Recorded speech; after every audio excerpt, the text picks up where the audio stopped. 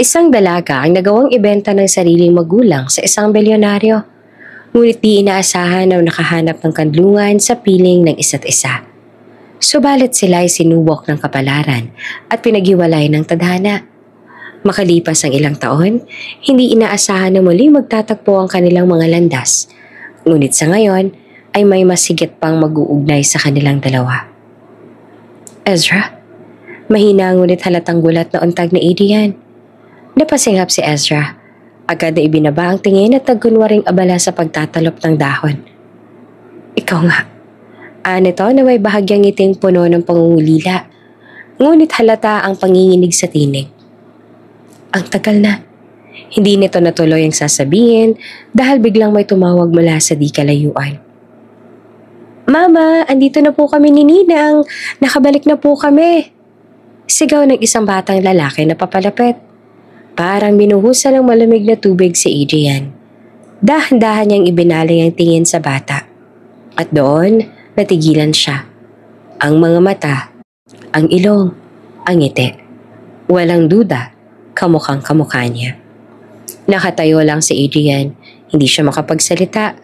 Habang si Ezra ay halatang nanginginig na.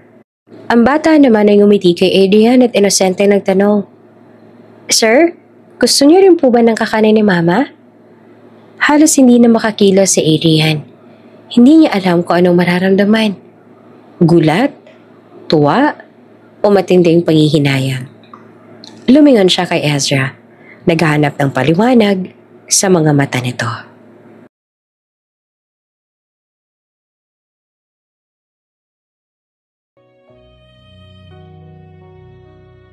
Ma, please.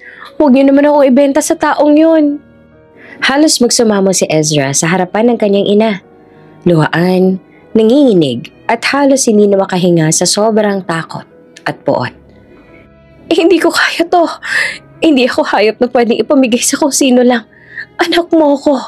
Tao rin ako. Ngunit ang kanyang ina na si Aling Marites ay nakaupo lamang sa lamesa at nakayuko.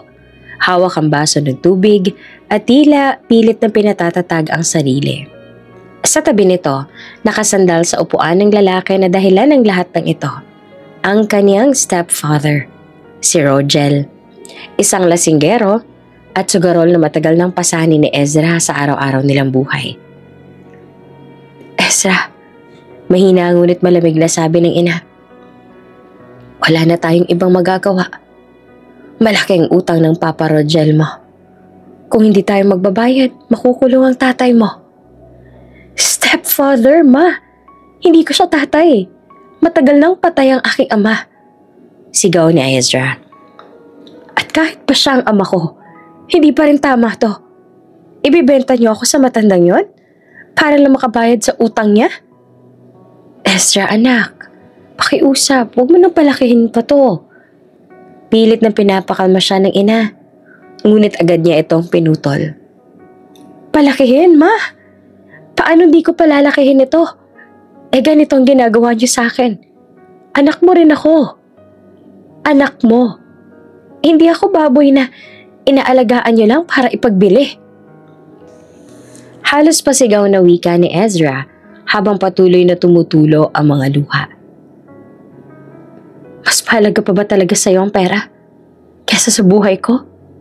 Sa dangal ko? Sa sarili kong kalayaan? Tahimik sandali ang paligid. Tanging langit-git ng kawayan sa hangin mula sa labas at ang mabigat na hinga ni Aling Marites ang maririnig. Hindi ito makatingin sa anak. Anak, sana maintindihan mo na para rin to sa kapatid mo. Kailangan din natin ng pera sa pagpapagamot ni Riel. Mahina nitong sabi. Kung hindi natin gagawin to, baka mawala siya. Wala tayong pera para maipagamot siya. Nanlumo lalo si Ezra at mariing napapikit. Si Riel na naman. Lahat na lang ba umiikot sa kanya? Pati ba naman buhay ko kailangan kong isakripisyo para sa kanya? Ma, anak mo rin ako. Hindi ko naman kapatid yan eh. At kahit pa kapatid ko yan, hindi kailangan na umikot ang lahat sa kanya. Tumayo si Rogel, sinindihan ng sigarilyo at nagsalita na may halong pang-aasar. Tama na yan, Ezra. Magugustuhan mo rin naman yung matandang yon. Mayaman yon, mabait, at malaki magbigay ng salapi. Isang gabi lang, mababayaran na lahat ng utang ko. Natin. Wala po akong pakialam sa pera at sa utang ninyo. Labas na ako ron. Kayong may gawa nun at hindi ako nakinabang doon. Mariin pa ang sigaw ni Ezra na masamang tinitigan ng lalaki. Wala kang karapatan na ibenta ako, Rogel. Hoy bata, nasa poder pa rin kita. Ako ang tumatayong tatay mo dito kahit hindi tayo magkadugo. Balik ni Rogel, sabay hampas ng kamay sa mesa. At wala ka na magagawa kasi napagdesisyonan na namin ito. Pipirma ang mama mo sa kasunduan mamaya. At bukas ng gabi, kukunin ka na. Lalong lumakas ang pag-iyak ni Ezra. Ma, please, huwag mong gawin to. Gagawin ko ang lahat, maghahanap ako ng trabaho. Uutang ako, kahit anong paraan. Basta huwag mo lang ako ipamigay. Ngunit sa mga mata ng kanyang ina, may halong takot at desperation. Pero wala roon ang kagustuhan na isalba siya. Hindi mo alam, Ezra. Hindi mo alam kung gaano kalaki ang utang namin. At wala na akong ibang magagawa. Meron pa, Ma. Meron laging paraan. Sigaw niya na nanginginig ang tinig. Pero pinili mong wag akong pakinggan. Pinili mong ipagbili ako. Para kang hindi ko ina. Tumalikod si Aling Marites. Tinakpan ang mukha ng kamay at doon lamang pumatak ang luha nito. Ngunit kahit anong pagmamakaawa ni Ezra, tila matigas na ang desisyon nito. Anak, bulong ng ina sa pagitan ng hikbi. Pasensya na. Sana isang araw, maintindihan mo kung bakit ko ito ginagawa. Sa gabing iyon, ramdam ni Ezra na tuluyan ng bumagsak ang mundo niya.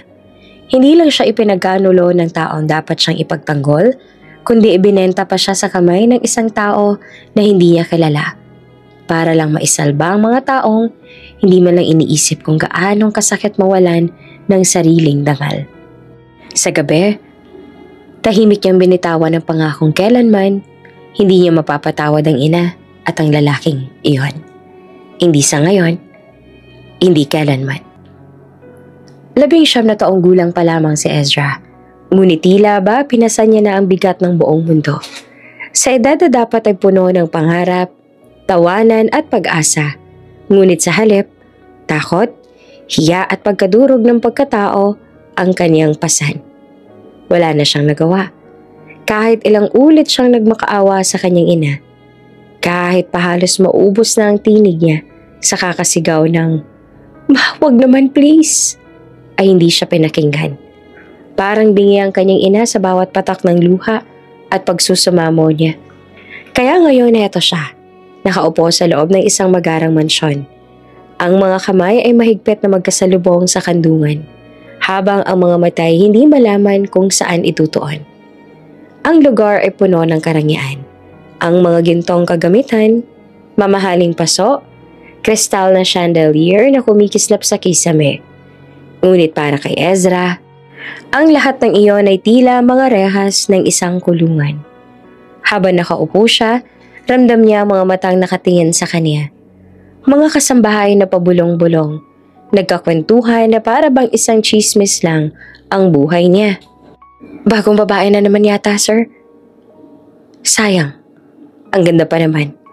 Bata pa. Naging babae lang. Kawawa naman, parang takot na takot. Hay, ilang babae pa kayang dadaan sa mansyon na to para makahanap ng anak ng Don ng pakakasalan. Naririnig niya ang lahat ng iyon. Bawat salita ay parang kutsilyo na tumutusok sa dibdib niya. Hindi siya makatingin sa kanila pabalik. Napayuko lang siya, nahihiya at pilit na pinipigilan ng nanginginig niyang mga kamay. Gusto niyang tumakbo. Gusto niyang sumigaw.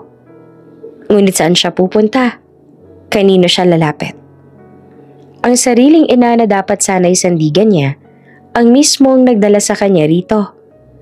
Ramdam niya ang lamig ng marmol sa ilalim ng kanyang mga paa, kahit pa may suot siyang lumang sandal. Pumikit siya, pilit pinipigil ang luha. Ngunit kusa pa rin itong pumatak. Ma, mahinahong bulong niya. Bakit mo ito ginawa sa akin? Sa bawat segundo ng paghihintay niya roon, tumitindi ang kaba sa dibdib niya. Hindi niya alam kung sino ang lalabas mula sa malalaking pintuan sa dulo ng bulwagan. Hindi niya alam kung sino ang lalaking yon na tinutukoy nila. Ang mayamang bilyonaryo na binayaran ng kanyang dangal. At nang marinig niya ang pagkaluskos ng sapatos mula sa itaas ng hagdan, para bang huminto ang oras. Mabagal, mabigat, at puno ng otoridad ang bawat yapak.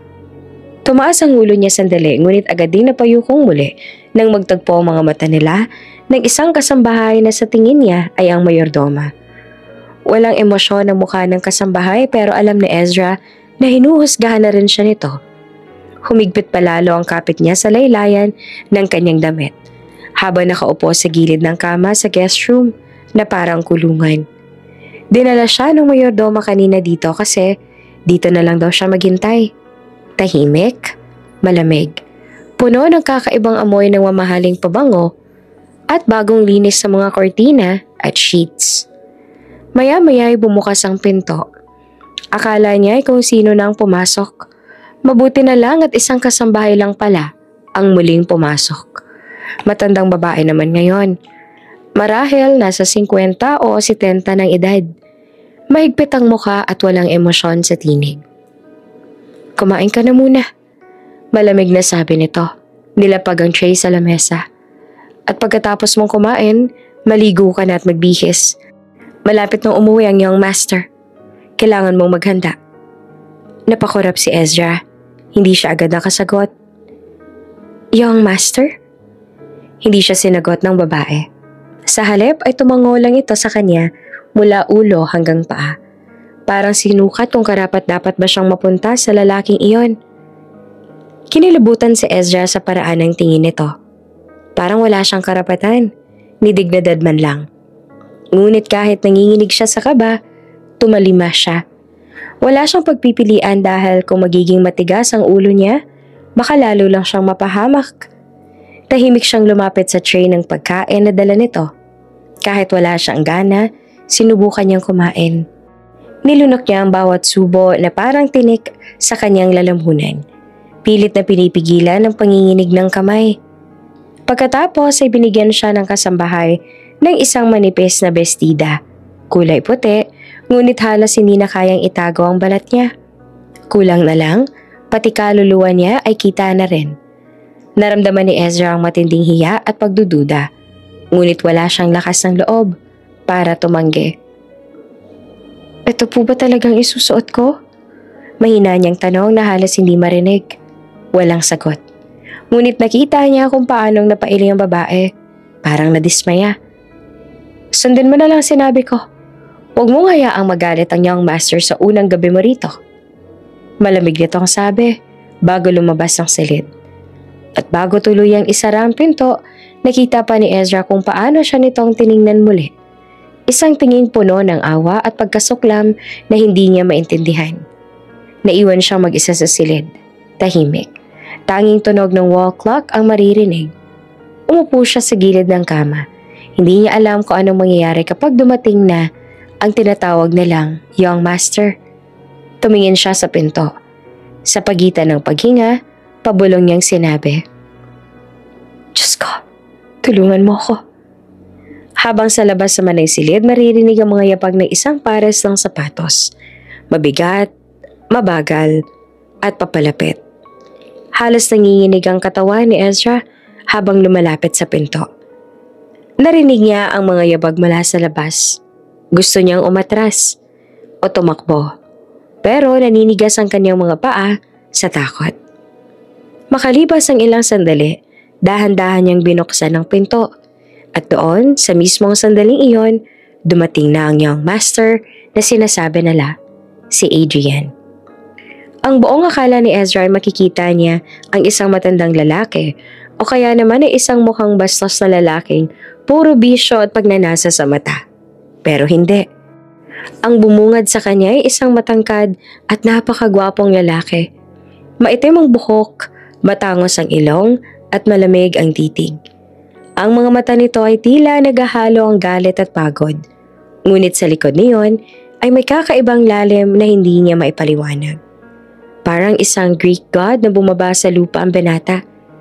Hindi maitatanggi na napakagwapo talaga nito. Napaatyas si Ezra. Halos matisod sa sarili niyang paa nang humakbang ito papalapit. Ramdam niya ang bigat ng otoridad sa bawat paglapit nito. Ang lamig ng hangin na parang sinasakal siya sa kaba. Huminto ito ilang pulgada lang mula sa kanya. Tumingin ito sa kanya mula ulo hanggang paa. Isang titig na parang hinuhubaran na siya. Napalunok si Ezra. Halos hindi makahinga. At bago pa siya makagalaw, marahas siyang hinawakan ng lalaki sa pisngi. Mainit ang palad nito. Malambot, ngunit nagdulot ng kilabot sa kanyang buong katawan. Please, huwag niyo po akong hawakan. Namamaos sa bulong ni Ezra. Halos walang boses. Hindi naman tumugon ng lalaki. Ngunit mababanaag sa mukha nito ang pagtataka. Unti-unti nitong inalis ang kamay, tsaka tumingin sa kanya ng diretsyo. Who sent you? Malamig na tanong nito. Mababa ang tinig, ngunit matalim. Who bought you and ordered you to come here? Was it my father? Napalunok si Ezra, hindi makasagot. Ang puso niya ay kumakabog ng mabilis. Hindi niya alam kung ano ang dapat sabihin. Hindi siya nagsalita at ilang segundong katahimikan ang lumipas hanggang sa bumuntong hininga ang lalaki, tsaka iniling ang ulo. Pagharap muli nito, mas kalmado na ang tono pero nananatiling malamig. Get dressed. Ang maayos na damit ang gusto kong isuot mo. Nito na diretsong tumingin sa kanyang mga mata. I will talk to you when you're dressed. Pagkasabi niyon, tinalikuran siya ng lalaki at lumabas ang silid. Marahang isinara ang pinto. Naiwan si Ezra sa loob. Nakatayo pa rin sa harap ng pinto. Habang hinahabol ang sariling hininga. Hindi niya alam kung dapat ba siyang matakot o kabahan sa uri ng lalaking ngayon ay magiging amo niya. Nang matapos makipagbihis si Ezra, tumalima siya gaya ng utos ng iyong master. Pinili niyang mas maayos sa damit na nakita niya sa cabinet. Iyong hindi kita ang kaluluwa niya. Mahigpit pa rin ang pagkakahawak niya sa laylayan nito. Wari, iyon na lamang ang tanging proteksyon na meron siya. Paglabas niya ng silid, sinalubong siya ng isa sa mga kasambahay. Miss, nasa opisina si Sir Adrian, naghihintay sa'yo. Magalang nitong wika.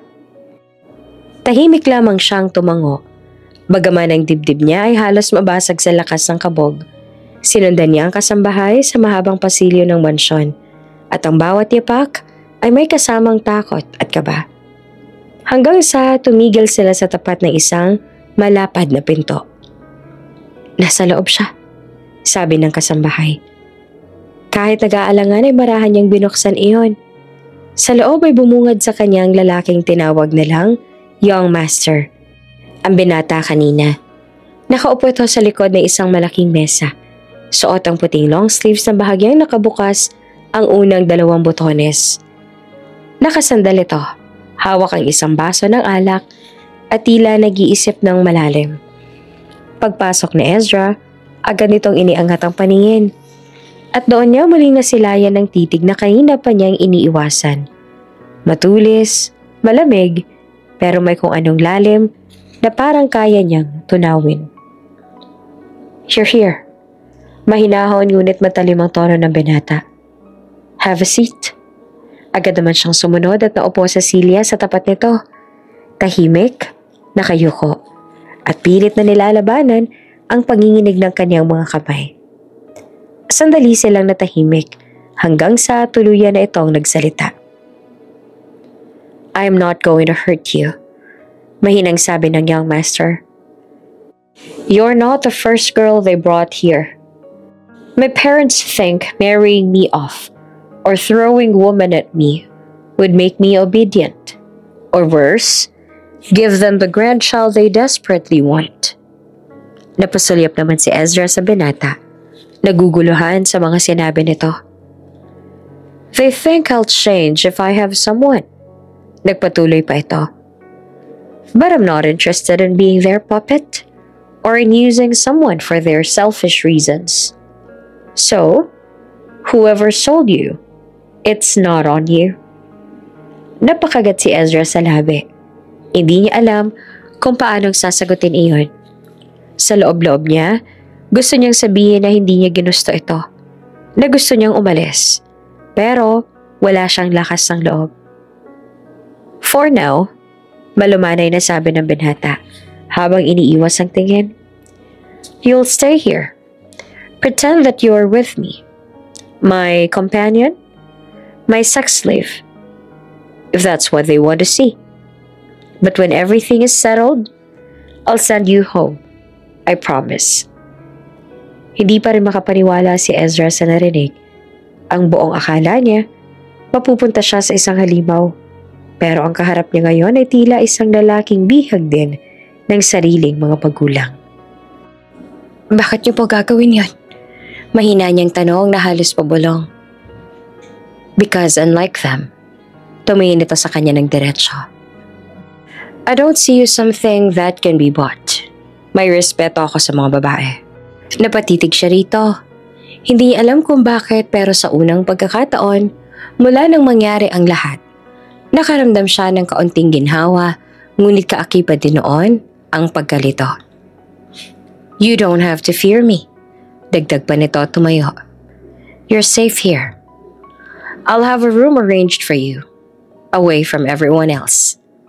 Sandali itong tumingin sa kanya bago muling nagsalita. Now go, get some rest. We'll talk more tomorrow. Tahimik lamang siyang tumango at tumayo na rin. Ngunit bago siya tuluyang makalabas ng opisina, narinig pa niyang sabihin ng binata. And Ezra, nilingon niya ito. No one will hurt you. Not while you're under my roof. Remember that. At sa unang pagkakataon mula nang ibenta siya ng sariling magulang, may bahid ng pag-asa na muling sumilip sa dibdib ni Ezra. Pag-asang marahil, hindi pa tapos ang lahat para sa kanya. Maagang nagising si Ezra kinabukasan. Kahit hindi naman siya nakatulog ng maayos buong gabi, sa bawat oras na pumipikit siya ay bumabalik sa isipan niya ang lalaking nakita kagabi, ang tinatawag nilang young master at ang kabaitan na ipinakita nito. Habang nakaupo siya sa gilid ng kama, narinig niya ang marahang katok sa pinto. Miss, gising na po ba kayo? Pinapapaba na kayo ng young master para daw mag-almusal? Sabi ng kasambahay mula sa labas. Pagbaba niya, nadatnan niya ang lalaking iyon. Nakaupo sa mahabang mesa, nakasuot ng itim na polo at tahimik na nagbabasa ng dyaryo. Sa liwanag ng umaga, mas lalong ipinakita ang kakisigan nito. Matangos ang ilong, matalim ang mga mata at tila walang bahid ng emosyon sa mukha. Good morning, malamig na bati nito. Hindi man lang tumingin sa kanya. Good morning po. Mahinang sagot ni Ezra. Halos hindi naman marinig sa kaba. Sit down. Malamig na utos na to. Umupo siya sa kabilang dulo ng mesa. Tahimik silang kumain. Minsan ay mapapatingin siya dito. At sa tuwing susulyap ito pabalik, mabilis siyang umiwas. Pagkatapos ng almusal, tumayo ito at naglakad papunta sa veranda. Follow me. Sabi nito na hindi lumilingon. Sumunod naman siya. Bagaman nag-aalangan. Doon, sa gitna ng magarang hardin, huminto ito at nagsimulang magsalita. I know what you're thinking. Nito habang nakatingin sa malayo. That I'm some kind of monster who bought you just to own you. Alam ko rin naman na yan ang bumabagabag sa'yo buong gabi. Hindi na nakasagot si Ezra. Ang totoo, yun nga ang iniisip niya. Ngumiti ito. You're wrong. I didn't ask for this. My father? He's obsessed with the idea of continuing our bloodline. Every woman they send me is supposed to become my wife. Or worse, a tool to give them an heir. Natigilan ulit si Ezra. Hindi alam ko ano ang sasabihin. kung bakit mo ako pinayagan na manatili dito. Balak mo bang gawin sa akin ang gusto nila na gawin mo? Because you're already here. Sagot nito habang tumitingin sa kanya. At hindi gaya ng iba, you don't seem like someone who came here willingly, kaya wala akong balak na gawin yun sa'yo. Lumapit ito ng bahagya. At sa unang pagkakataon, hindi niya nakitang malamig na tingin sa mga mata nito, kundi lungkot. For now, just pretend katulad ng sinasabi ko sa'yo kagabi. Sabi nito sa malumanay na boses. Pretend that we're together, na nagtagumpay ang nais ng magulang ko. It's the only way to keep them quiet. When everything is settled, I'll make sure you can go home. Pretend? Bulong ni Ezra. Hanggang kailan ako magpapanggap? Until I say so. Sagot nito. Seryoso ang tono. But I promise I won't hurt you. Pagkasabi niyon, tinalikuran siya ng binata at naglakad papasok sa mansyon. Iniwan nakatayo si Ezra sa veranda. Hindi alam kung dapat bang magtiwala o magduda. Habang pinagmamasdan niya ang papalayong likod ng young master, may kung anong kakaibang pakiramdam ang sumiksik sa kanyang dibdib. Mabilis na lumipas ang mga araw sa loob ng mansyon. Unti-unti nang nasasanay si Ezra sa bagong kapaligiran, pero hindi pa rin mawala ang kaba sa tuwing makakasalubong niya ang young master. Sa tuwing titingin siya dito, may kakaibang bigat sa mga mata nito. Tila may gustong sabihin, pero pinipili nitong manahimik. Tahimik at disiplinado ang lalaki. Maaga itong nagigising at laging nasa opisina at bihirang magsalita. Minsan ay makikita niya ito nakaupo sa veranda habang umiinom ng kape. Laging nag-iisa. Hindi ito katulad ng mga lalaki inaasahan niyang mayabang o mapang-angkin. Sa halip ay tila may pader sa paligid nito. Isang pader na ayaw nitong pabagsakin. Isang gabi hindi makatulog si Ezra. Lumabas siya ng silid upang uminom ng tubig. Tahimik ang buong mansyon. Tanging kaluskos ng ulan sa labas ang maririnig. Habang papunta siya sa kusina, napansin niyang bukas ang ilaw sa opisina ng young master. Nagtaka siya. Hindi pa ba ito natutulog? Dahan-dahan siyang lumapit at sumilip sa bahagyang nakabukas sa pinto. At doon, nakita niya ang hindi niya inaasahan. Ang young master nakaupo sa sahig, nakatalikod hawak-hawak ang isang lumang larawan. Sa tabi nito ay isang baso ng alak. Halos kalahati na lang ang laman. Tahimik ito at parang mga balikat ay bahagyang nanginginig na parang pinipigil ang sariling emosyon. Why? Why did you leave me? Mahinang bulong nito. Halos pabulong lamang pero sapat para marinig ni Ezra. Napasinghap siya at agad na nagtago sa likod ng pader. Hindi niya alam kung dapat ba siyang lumapit o lumayo. Pero bago pa siya makapagpasyay, bumukas ang pinto. You're awake. Napatigil siya. Naroon na sa harapan niya ang young master. Matalim ang tingin pero hindi galit. Bagkos, tila nahuli lamang sa isang bagay na gusto nitong itago. Sorry, hindi ko po sinasadya. That's fine. Putol nito. Malamig ang tinig pero ramdamang pagod. Couldn't sleep either? Tumango lang siya. Opo, kukuha rin po sana ako ng tubig. Ngumiti ito ng bahagya. Halos hindi halata. Go ahead. And Ezra, napatingin siya dito. Don't stay up too late. You'll get sick. Pagkasabi niyo ay dumiretso na ito palabas ng silid. Iniwang nakatulala si Ezra. Kinabukasan, hindi niya mapigilang isipin ang nakita kagabi. Sa likod ng matapang at malamig nitong anyo, may lalaking sugatan. May mga alaala at sakit na pilit nitong tinatago. Habang pinagmamasdan niya ito mula sa malayo, may bulong sa puso ni Ezra na hindi niya maipaliwanag. At sa mga sumunod na araw, unti-unti niyang napapansin ang mga maliliit na bagay. Ang paraan ng pagtitig nito sa kawalan, ang pilit nitong ngiti sa mga kasambahay, at ang paraan ng paghawak nito sa lumang singsing sa bulsa nito. Sa likod ng katahimikan ng mansyon, may mga lihim na unti-unting nabubunyag. Maaga pa lang ay abala na ang mga kasambahay sa loob ng mansyon. Tahimik lamang si Ezra habang nag-aayos ng mga dokumentong iniutos ng young master na ipasok sa opisina nito. Ilang araw na rin niyang napapansin na parang hindi ito maayos, maputla at madalas nakatulala. Habang nasa hallway siya, may narinig siyang kalabog mula sa loob ng silid nito. Napalakas iyon kaya agad siyang nataranta at kumatok. "Young master, ayos ka lang po ba?" Sigaw niya pero walang tugon. Hindi na siya nagdalawang isip at pinuksan niya ang pinto. Pagpasok niya ay agad niya nakita ang young master na nakahandusay sa sahig. Pawis na pawis at parang hirap huminga.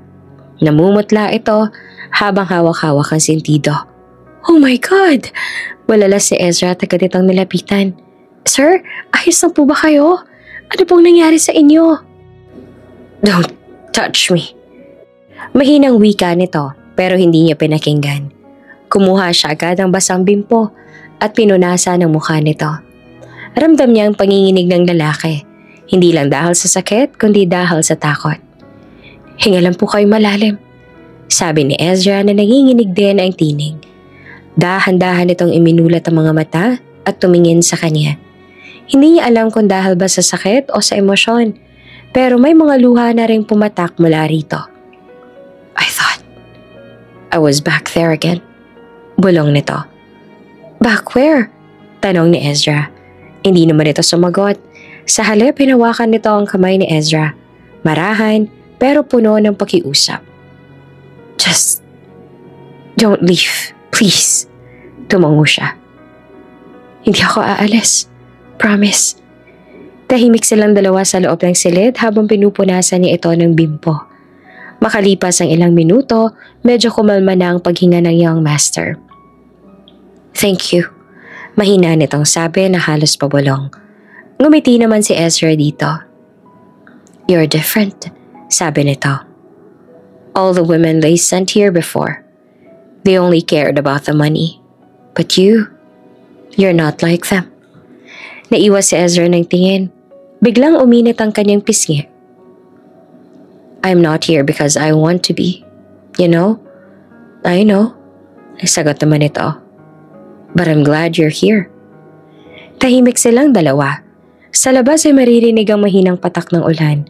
At sa loob ng silid, tanging paghinga nila ang bumabasag sa katahimikan.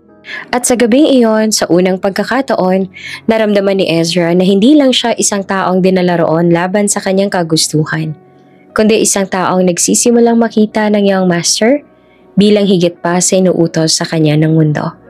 At sa puso ni Ezra, may kakaibang tibok na nagsimulang magising. Lumipas pa ang mga araw matapos ang gabing inatake ng young master. At mula noon, ay tila may unti-unting nagbago sa pagitan nila ni Ezra. Hindi na ito ganong kalamig, hindi na ganong kalayo ang tingin. Para bang sa bawat tinginan nila, may dahan-dahang pag-unawa na nabubuo. Isang bagay na si Ezra ay hindi inaasahan. Mabait ang binata, at ito na rin mismo ang nagsabi sa kanya na hindi niya kailangang matakot at maging comfortable dito sa mansyon. Habang dito siya nananatili para raw mas maging kapanipaniwala ang lahat para sa mga magulang nito. At iyon ang ginawa ni Ezra. Gabi na noon, tahimik na sa buong mansyon. Nasa veranda si Ezra, hawak ang isang tasa ng mainit na tsaa. Habang pinagmamasdan ang liwanag ng buwan. "Hindi ka pa natutulog?" tanong ng isang pamilyar na tinig. Napalingon siya at natanaw ang young master. Nakasuot ng simpleng gray shirt at pantalon. "Hindi pa po. Ang tahimik kasi ngayon. Gusto ko lang magpahangin muna." Sagot naman ni Ezra habang tumayo. "Gusto niyo po ba ng tsaa? Gagawin ko po kayo." Ngumiti ito ng bahagya. "I don't drink tea." Tumango siya at tumapit naman ng binata. Saglit silang natahimik at parehong nakatingin sa mga bituin. "Ang ganda ng langit pag tahimik, ano?" Wika ni Ezra. "Yeah," sagot naman ng young master. "I used to hate silence. It reminds me of things I'd rather forget. Pero ngayon, I don't hate it anymore. Something has changed." Napatingin naman si Ezra dito. "Minsan po kasi, mas nararamdaman natin ang kapayapaan kapag tahimik ang paligid. Para bang mas naririnig natin ang ating isip Ngumiti ito. Maybe you're right. Wow, ang bihira niyo pong ngumiti. Napailing naman ang lalaki. Hindi lang talaga ako sanay. Back then, wala ako nakikitang magandang dahilan para maging palangiti. But lately, pansin ko rin na mas madalas ako mapangiti. At bakit naman po? Guess, dahil po may magandang nangyari sa inyo? Ani Ezra sabay ngiti. Ngumiti ito pabalik. Maybe. Pareho silang ngumiti. Sa sandaling iyon, walang young master, walang utos. Walang pagkakaiba ng antas sa buhay. Sila lang. Dalawang taong pinagtatagpo ng pagkakataon. Sa sumunod pang mga tagpo, lalo silang naging close sa isa't isa. Katulad ngayon, habang naghahanda na si Ezra ng pagkain, biglang pumasok ang binata sa kusina. Smells good. You cooked? Opo, naalala ko lang kasi yung luto ni Mama. Gusto ko lang magluto para sa inyo. Hindi mo kailangan gawin to. Gusto ko po. At saka, ngumiti siya. Bilang pasasalamat ko na rin po sa inyo kasi mabait po kayo sa akin kahit po binili lang ako ng ama mo. Lalo pa nga silang naging malapit sa isa't isa. Sa bawat paglipas sa mga araw, hindi nila alam kung saan hahantong ang lahat. Pero sa bawat ngiti, bawat titig at bawat maliit na pagtulong, may damdaming nagsisimula ng lumalim, damdaming hindi na nila kayang itago. Tahimik ang buong mansyon na gabing iyon. Tanging lagaslas ng ulan at hampas ng hangin sa bintana ang maririnig. Si Ezra ay nasa library. Nagliligpit ng mga librong ipinahiram sa kanya ng young master. Hindi niya inaasahan na darating pa ito dahil alam niyang gabi na at madalas ay abala ito sa opisina. Ngunit biglang bumukas ang pinto. Oh, you're still awake. Malamig ngunit kalmadong wika ng young master. Basang-basa pa ang balikat nito sa ulan. Akala ko po kasi hindi na kayo uuwi ngayong gabi. Sagot ni Ezra habang mabilis na tumayo. Gusto niyo po ng tuwalya? Basa po kayo. Hindi pa siya natatapos sa pagsasalita ay bagla na lang itong umubo. Sir? Agad nalapit ni Ezra. Hawak ang braso nito. Hala, ang lamig niyo po. It's fine. Sagot nito pero hindi na natuloy dahil muntik na itong matumba. Hindi po ayos yan. Madiing sabi ni Ezra habang inalalayan nito papaupo sa sofa. Habang inahaplas niya ang likod ng lalaki, napansin niya kung gaano itong nahihina. Agad siyang tumakbo palabas at bumalik na may tuwalya at mainit na tsaa. Inumin niyo po ito para di kayo lamigin at lagnatin. Tahimik lang ang young master habang pinagmamasdan siya. Sa bawat galaw ni Ezra, ang pag-aalala, ang maingat na kilos, may kakaibang init na bumabalot sa lamig ng gabi. Thank you, mahina nitong sabi. At kahit ayaw pa nito ng tsaa, tinanggap pa rin nito iyon. You really care too much. Saglit silang nagkatitigan.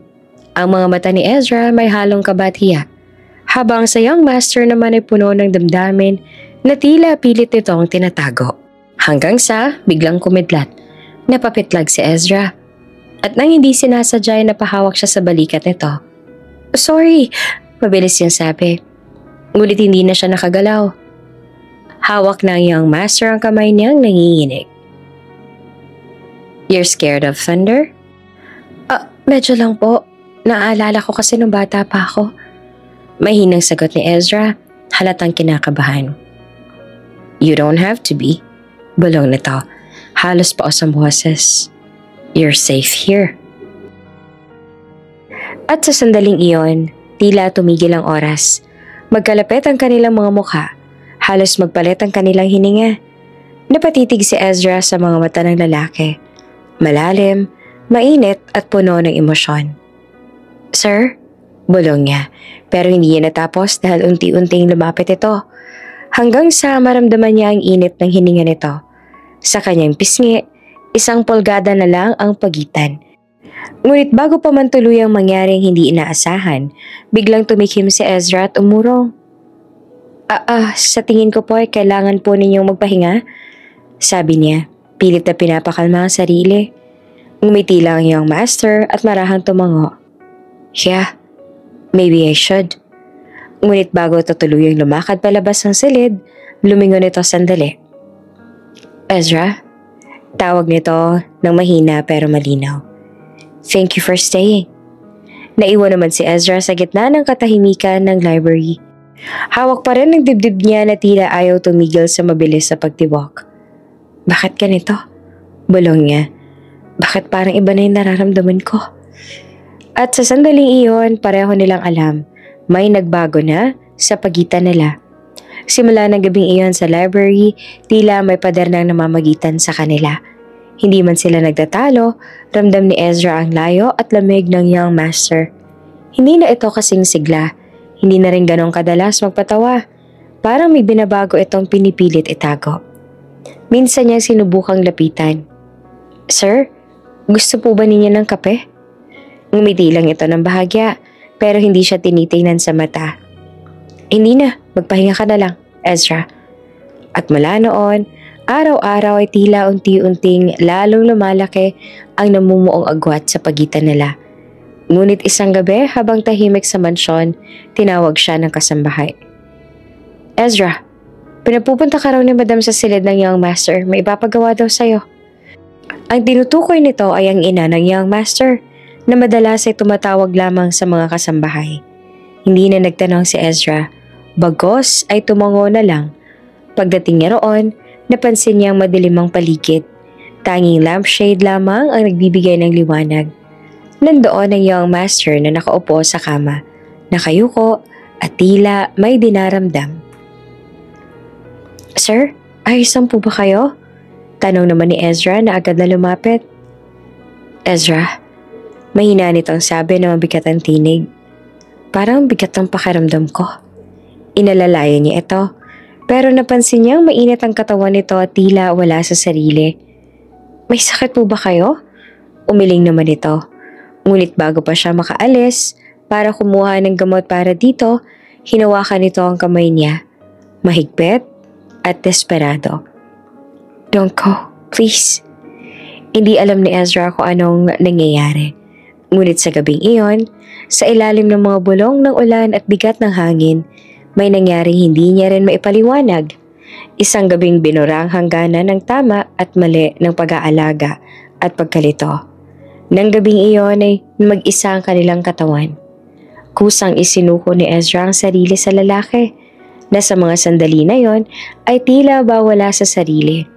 Ganun pa man ay nananatiling maingat sa kanya. Kinabukasan, nagising si Ezra sa tahimik na silid. Ramdam niya ang lamig ng hangin at ang bigat ng mga nangyari kagabi. Bumaling siya. Naroon pa rin ang young master. Gising na at nakatitig sa kisame. Tahimik, walang salitang binitawan ng lalaki. Hanggang sa wakas ay nagsalita ito. Ezra, napalingon siya.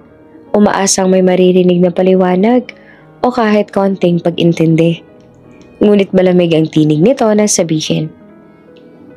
Maari ka nang umalis. Ako nang bahala sa mga magulang ko. Parang tinusok ang puso ni Ezra sa narinig. Sir, halos pabulong niyang wika. Ano po yung nangyari kagabi? Hindi ko. Kalimutan mo na lang yan. Putol nito sa mariin na tono. Wala nang dapat pag-usapan. Pero, I said enough.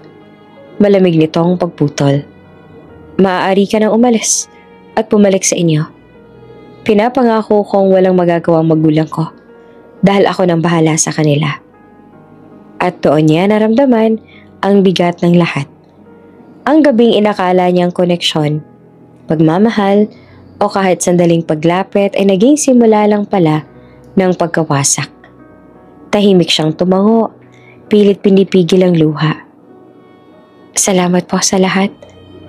Mahinang sabi ni Ezra bago siya tumalikod. Habang naglalakad palabas ng silid, ramdam niya ang bawat bigat ng hakbang, parang bawat tapak ay pagbitaw sa lahat ng alaala. Sa lahat ng damdaming pilit niyang itinatago. At sa huling sandali, bago tuluyang umalis, bumulong siya sa hangin. Kung ganito lang palang halaga ko sa'yo, sana, hindi na lang ako natutong magmahal.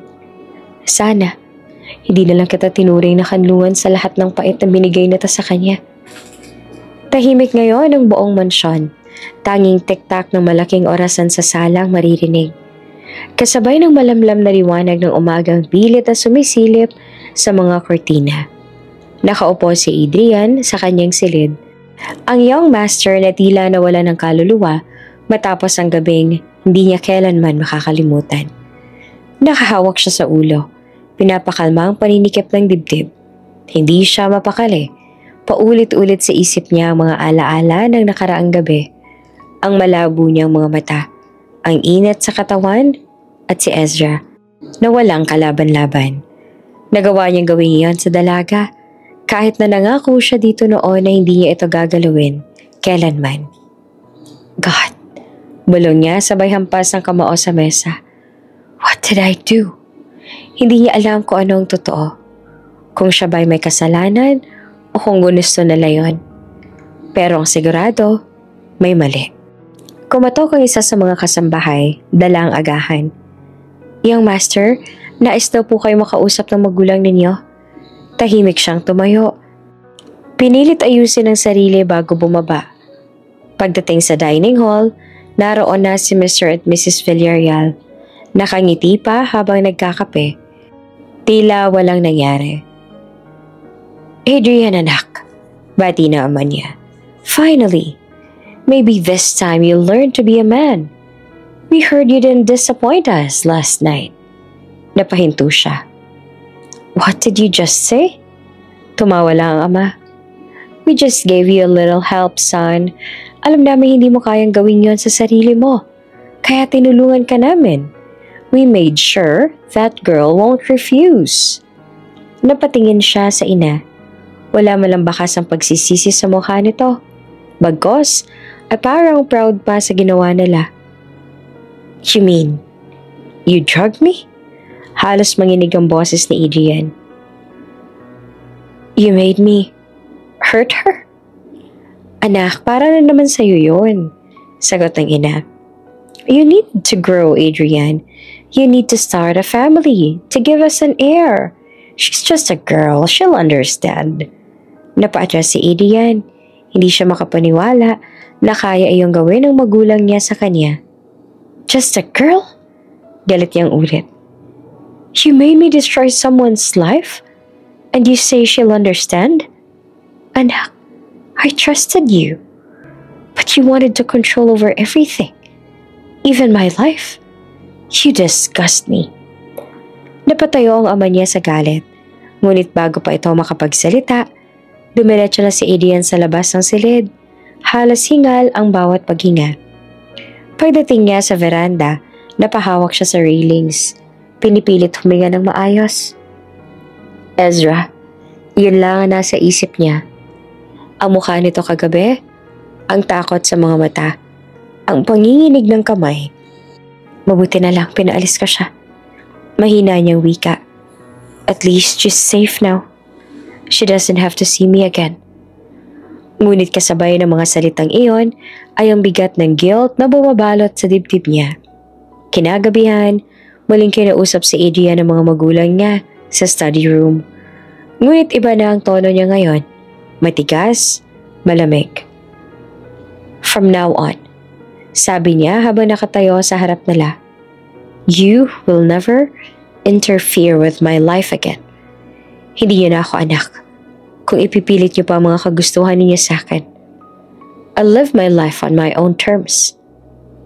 Adrian, don't be so childish. I'm done being your puppet. Tahimik siyang tumalikod. Iniwan ang mga ito sa gitna ng katahimikan. At nang mag-isa na siya sa silid, doon niya tuluyang ibinaba ang maskara na matagal nang suot.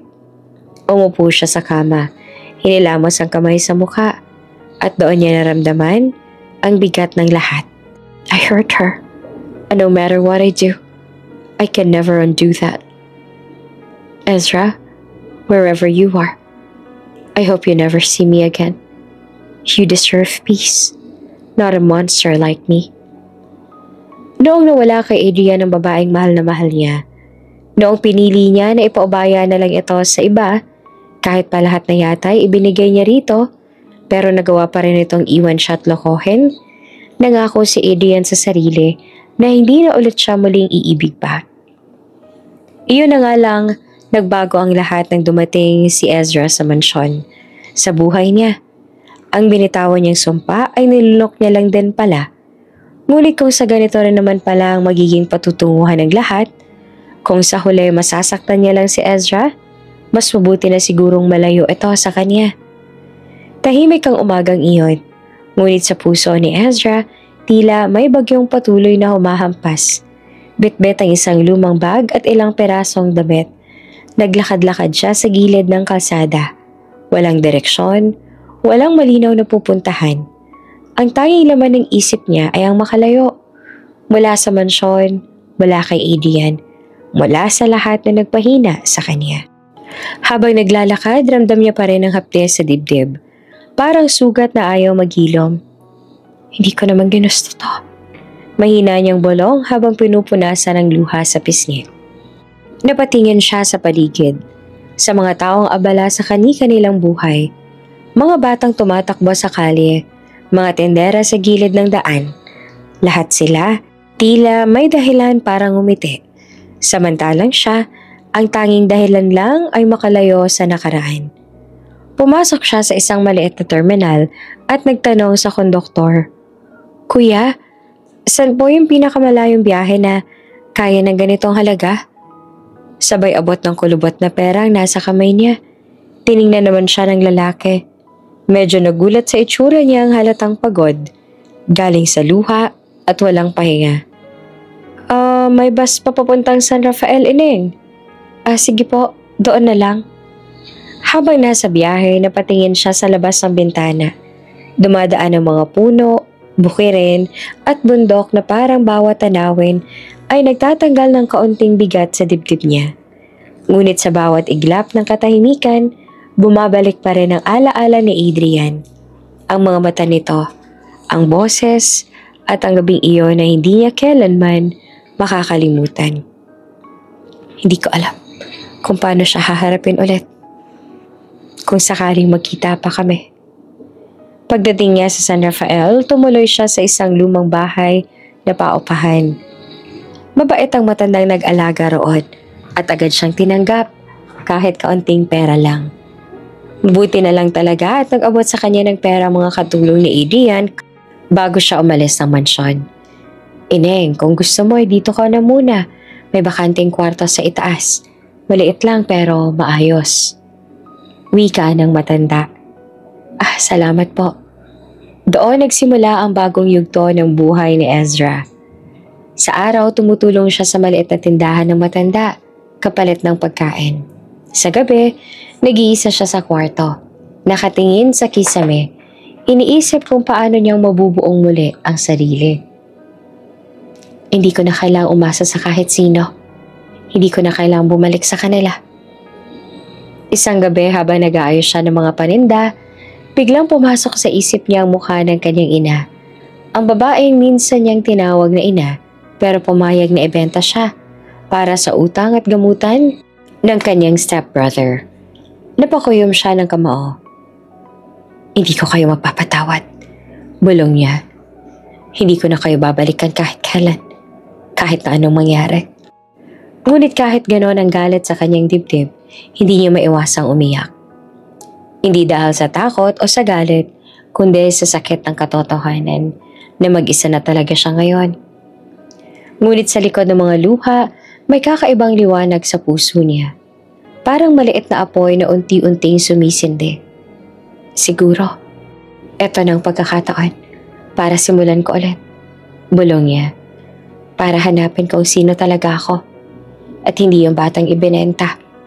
Hindi yung babae sa mansyon, kundi ako, si Ezra." Matapos ang lahat ng nangyari, pinilit ni Ezra na itayong muli ang kanyang sarili. Hindi madali, maraming gabi ang ginugol niya sa pag-iyak. Sa pagtanong kung bakit ganito ang sinapit niya, pero sa kabila ng lahat pinili niyang bumangon. Isang umaga, lumabas siya ng inuupahan para maghanap ng trabaho. Bitbit ang maliit na bag at ang lakas ng loob na natira sa kanya. Sa bawat tindahan at establishmento na pinuntahan niya, iisa lang ang sagot. "Pasensya na. Kailangan namin ng may mga requirements." Hanggang sa makarating siya sa isang maliit na coffee shop sa kanto. Amoy kape at bagong bake na tinapay ang paligid. Mainit, magaan sa pakiramdam. Nakita siya ng may-ari. Isang mabait na lalaki nasa mid-30s na may ngiti sa labi. Oops! May break muna. Gusto mo bang ma-shoutout dito sa channel ni Ate Jane? Mag-comment lang ng lesson you learned from the latest story uploaded. Dahil pipili kami ng isang best comment of the day para i-shoutout sa susunod na upload. Kaya huwag kalimutang mag-iwan ng lesson you learned after you watch this video. Maraming salamat! Shoutout nga pala kina Rochelle Casas from Bukidnon, Esther Torres from Santiago City, Isabela, at Cleo Kawaling from Hong Kong. Sa ating mga taga-subaybay, paki-comment naman po sa baba kung taga saan kayo para alam ko kung hanggang saan umaabot ang mga kwento ni Ate Jane at para ma-shoutout ko kayo sa mga susunod pa nating mga kwento. Maraming salamat sa pakikinig!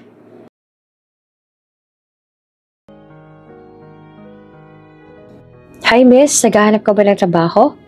Tanong nito habang pinupunasan ng mesa. Opo sir, kahit anong trabaho po sana, basta makapagtrabaho lang. Mahinang sagot niya, halos hindi makatingin. Tiningnan niya ito mula ulo hanggang paa. Halatang pagod at gutom. May dala ka bang requirements? Umiling siya.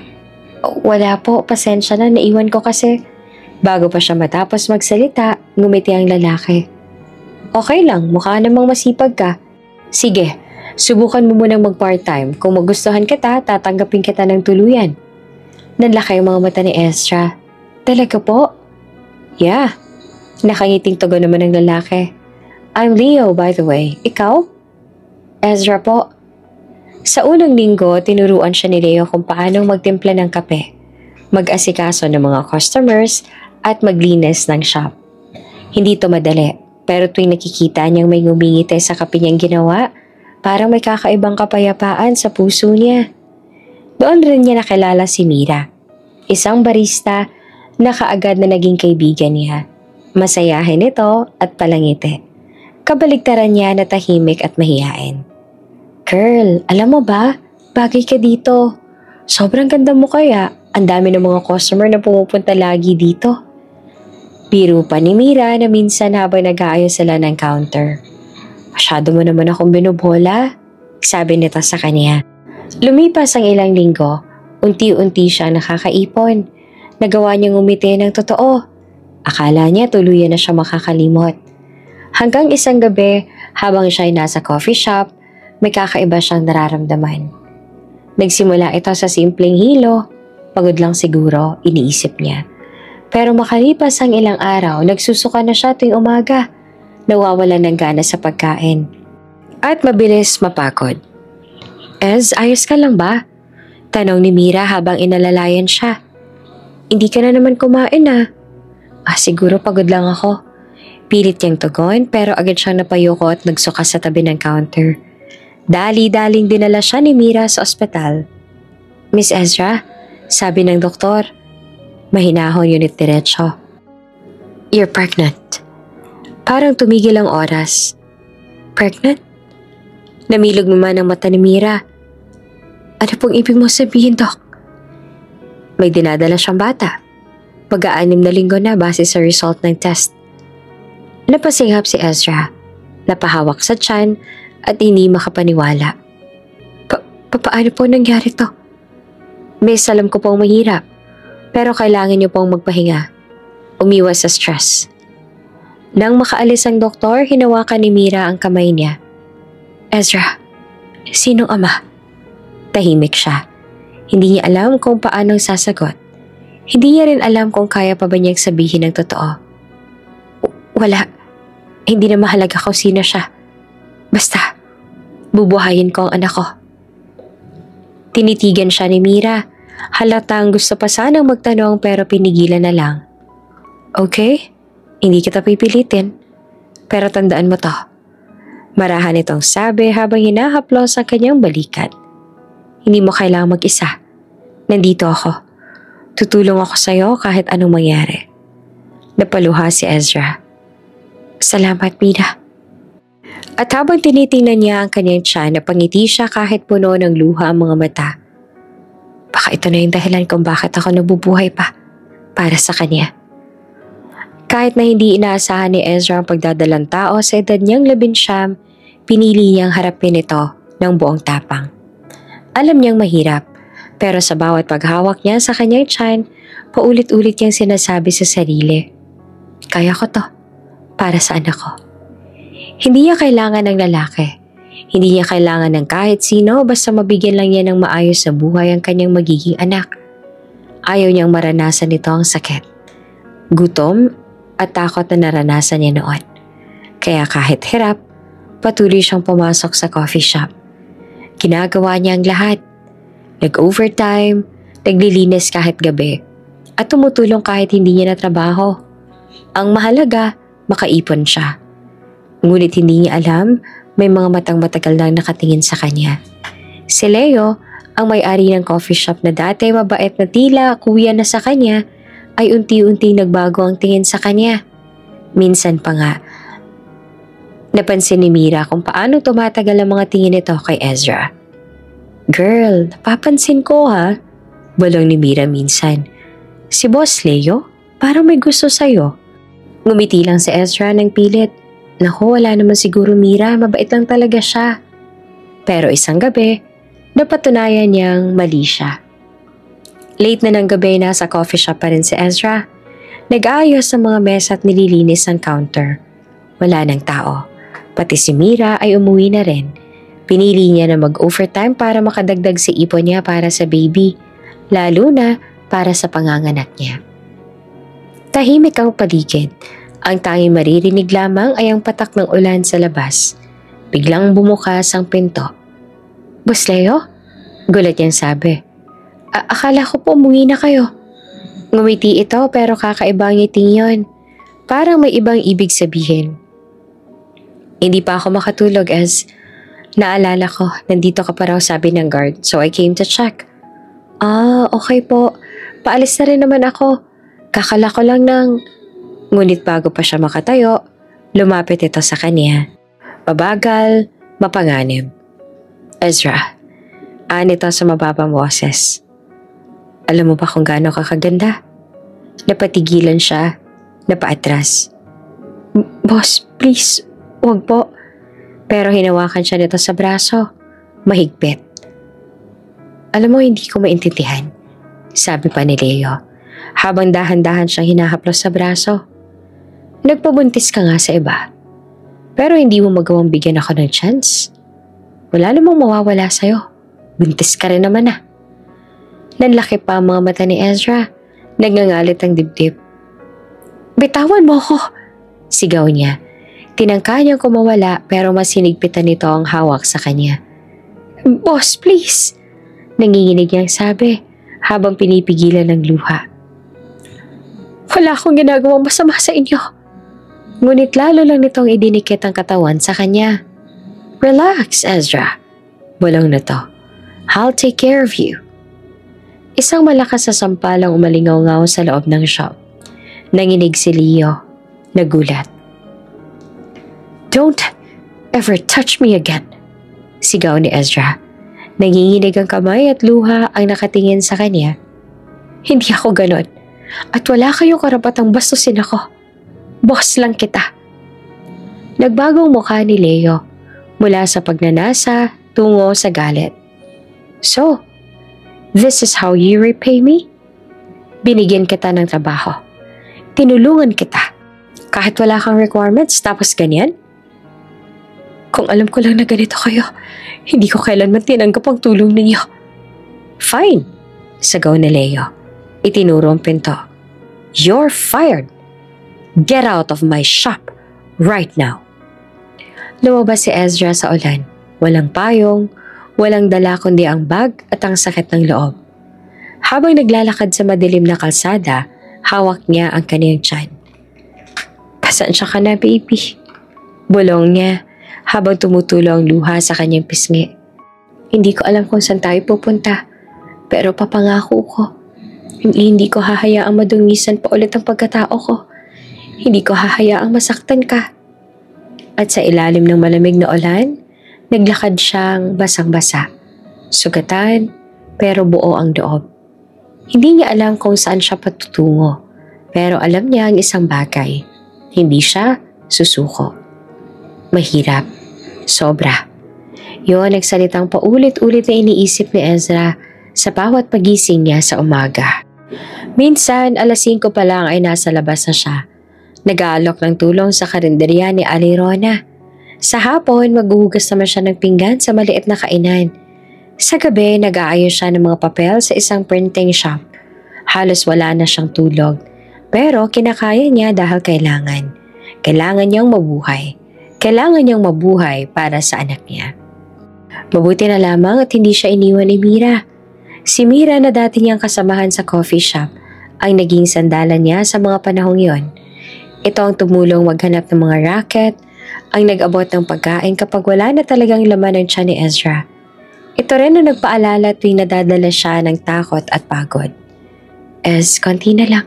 Kapit lang ha, para sa baby mo. Salamat Mira. Kung wala ka siguro, hindi ko alam kung nasan ako ngayon. Ngunit sa kabila ng lahat ng pagsubok, sa bawat gabi na umiiyak siya sa sakit ng katawan at gutom, may isang bagay na nagbibigay sa kanya ng lakas. Ang bawat sipa ng maliit na buhay sa kanyang sinapupunan. Paglipas ng ilang buwan, dumating na ang araw na matagal niyang hinihintay. Sa maliit na lying-in clinic, humahabol siya ng hininga. Nanginginig at pawis na pawis. Push pa Ez! Kaya mo yan! Sigaw ni Mira, hawak ang kamay niya. At nang marinig niya ang unang iyak ng sanggol, parang biglang tumigil ang mundo niya.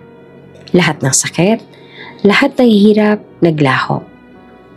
Nang ilagay ng nurse ang sanggol sa kanyang dibdib, napahagulgol na lang si Ezra.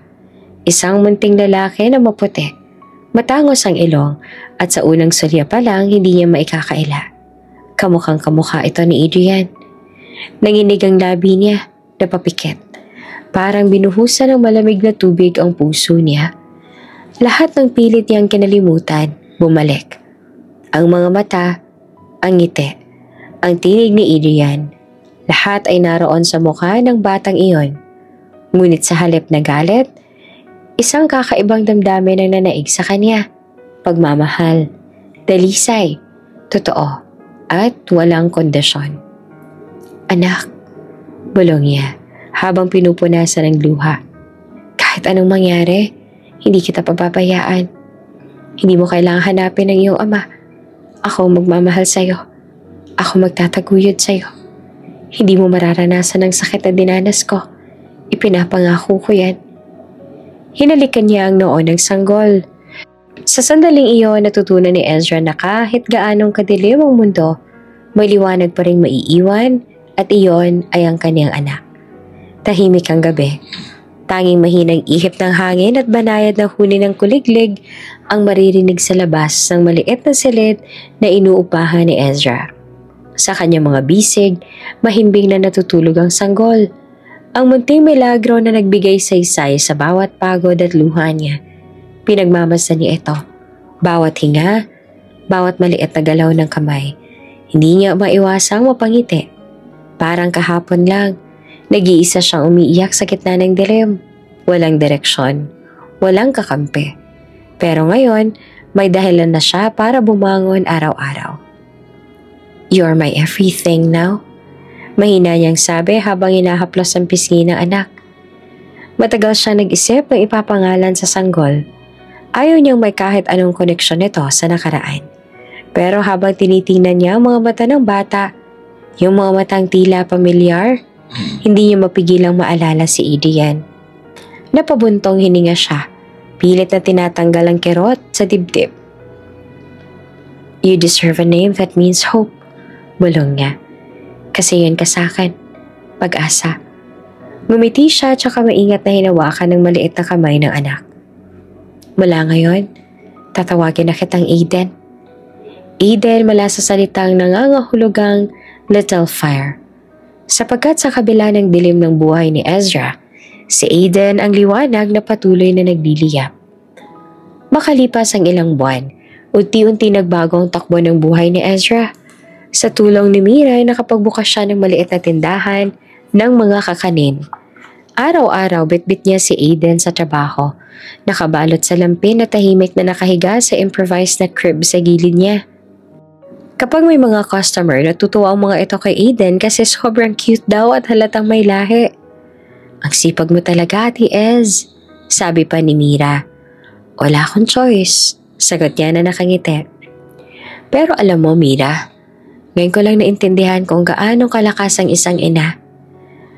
Ngunit sa gabi na tahimik at madilim, habang yakap si Aiden, hindi pa rin nawawala ang mga alaala ni Adrian. Ang paraan ng pagkatitig nito, ang lambing ng tinig, at higit sa lahat, ang sakit ng huling beses na nagkita sila. Minsan napapahawak siya sa dibdib. Hindi dahil gusto niyang balikan ang nakaraan, kundi dahil ramdam pa rin niya ang bakas nito sa kanyang puso. Sana hindi na lang kita nakalala. Bulong niya minsan, sabay halik sa noo ng anak. Pero kung hindi ko rin siguro makikilala si Aiden. At sa gabing iyon, sa gitna ng pagod at alaala, napangiti siya. Dahil kahit na patuloy siyang inahabol ng mga sugat ng kahapon, natututunan niyang umiti muli. Dahil sa pagdating ng anak niya, natutunan niyang mahalin ang buhay. 5 taon ang lumipas, marami nang nagbago sa buhay ni Ezra. Ngunit ang hirap ay tila hindi pa rin bumibitaw. Kahit anong trabaho ang pasukin niya, kulang pa rin para sa pag-aaral ni Aiden na magsisimula na sa kindergarten.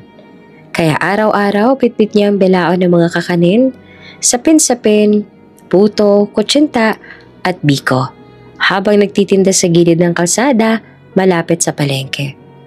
Pawisan man, ngiti pa rin ang hatid niya sa bawat mamimili.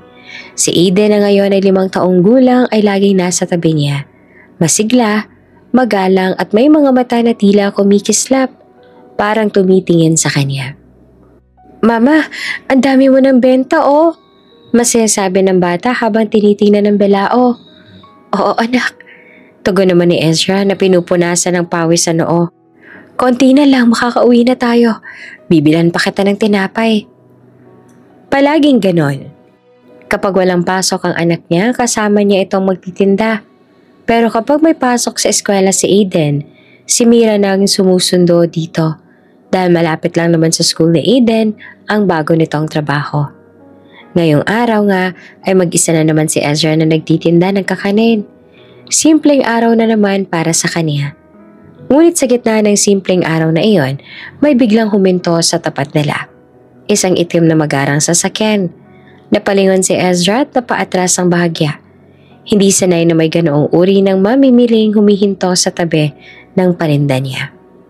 Bumukas ang pinto at mula roon, bumaba ang isang lalaki.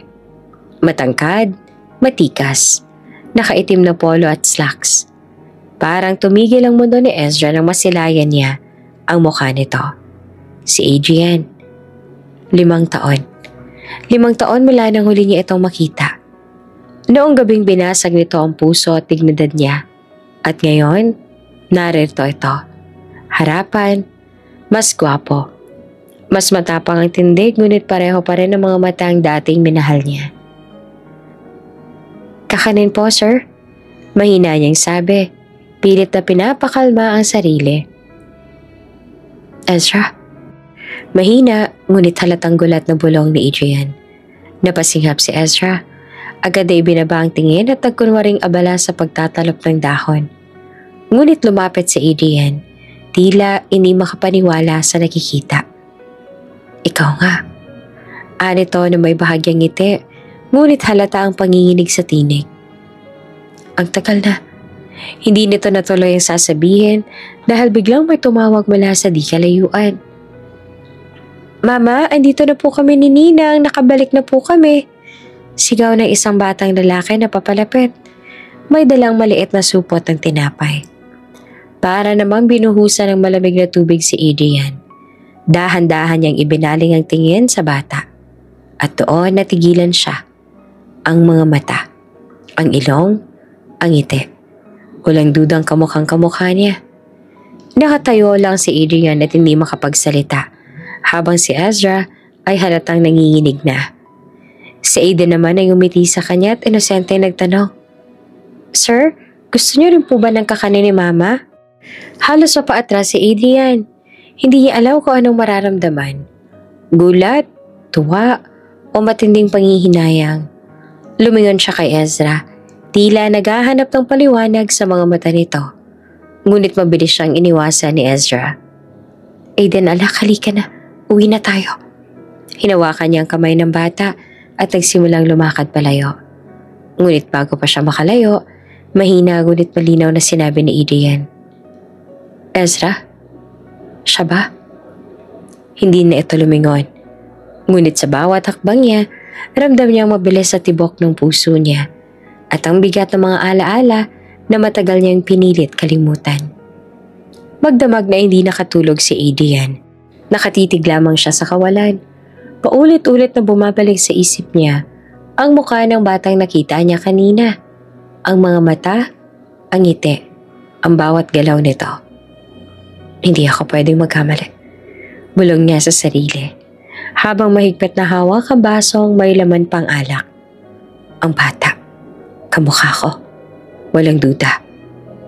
Kaya lang pumunta si Adrian sa San Rafael dahil may gusto siyang bilhin na lupa para sa binabalak sana niyang business.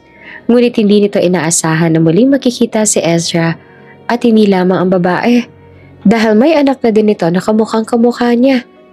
Siguro nga ay paraan din ito ng langit para malaman niya ang tungkol sa kanila, ang tungkol sa bata.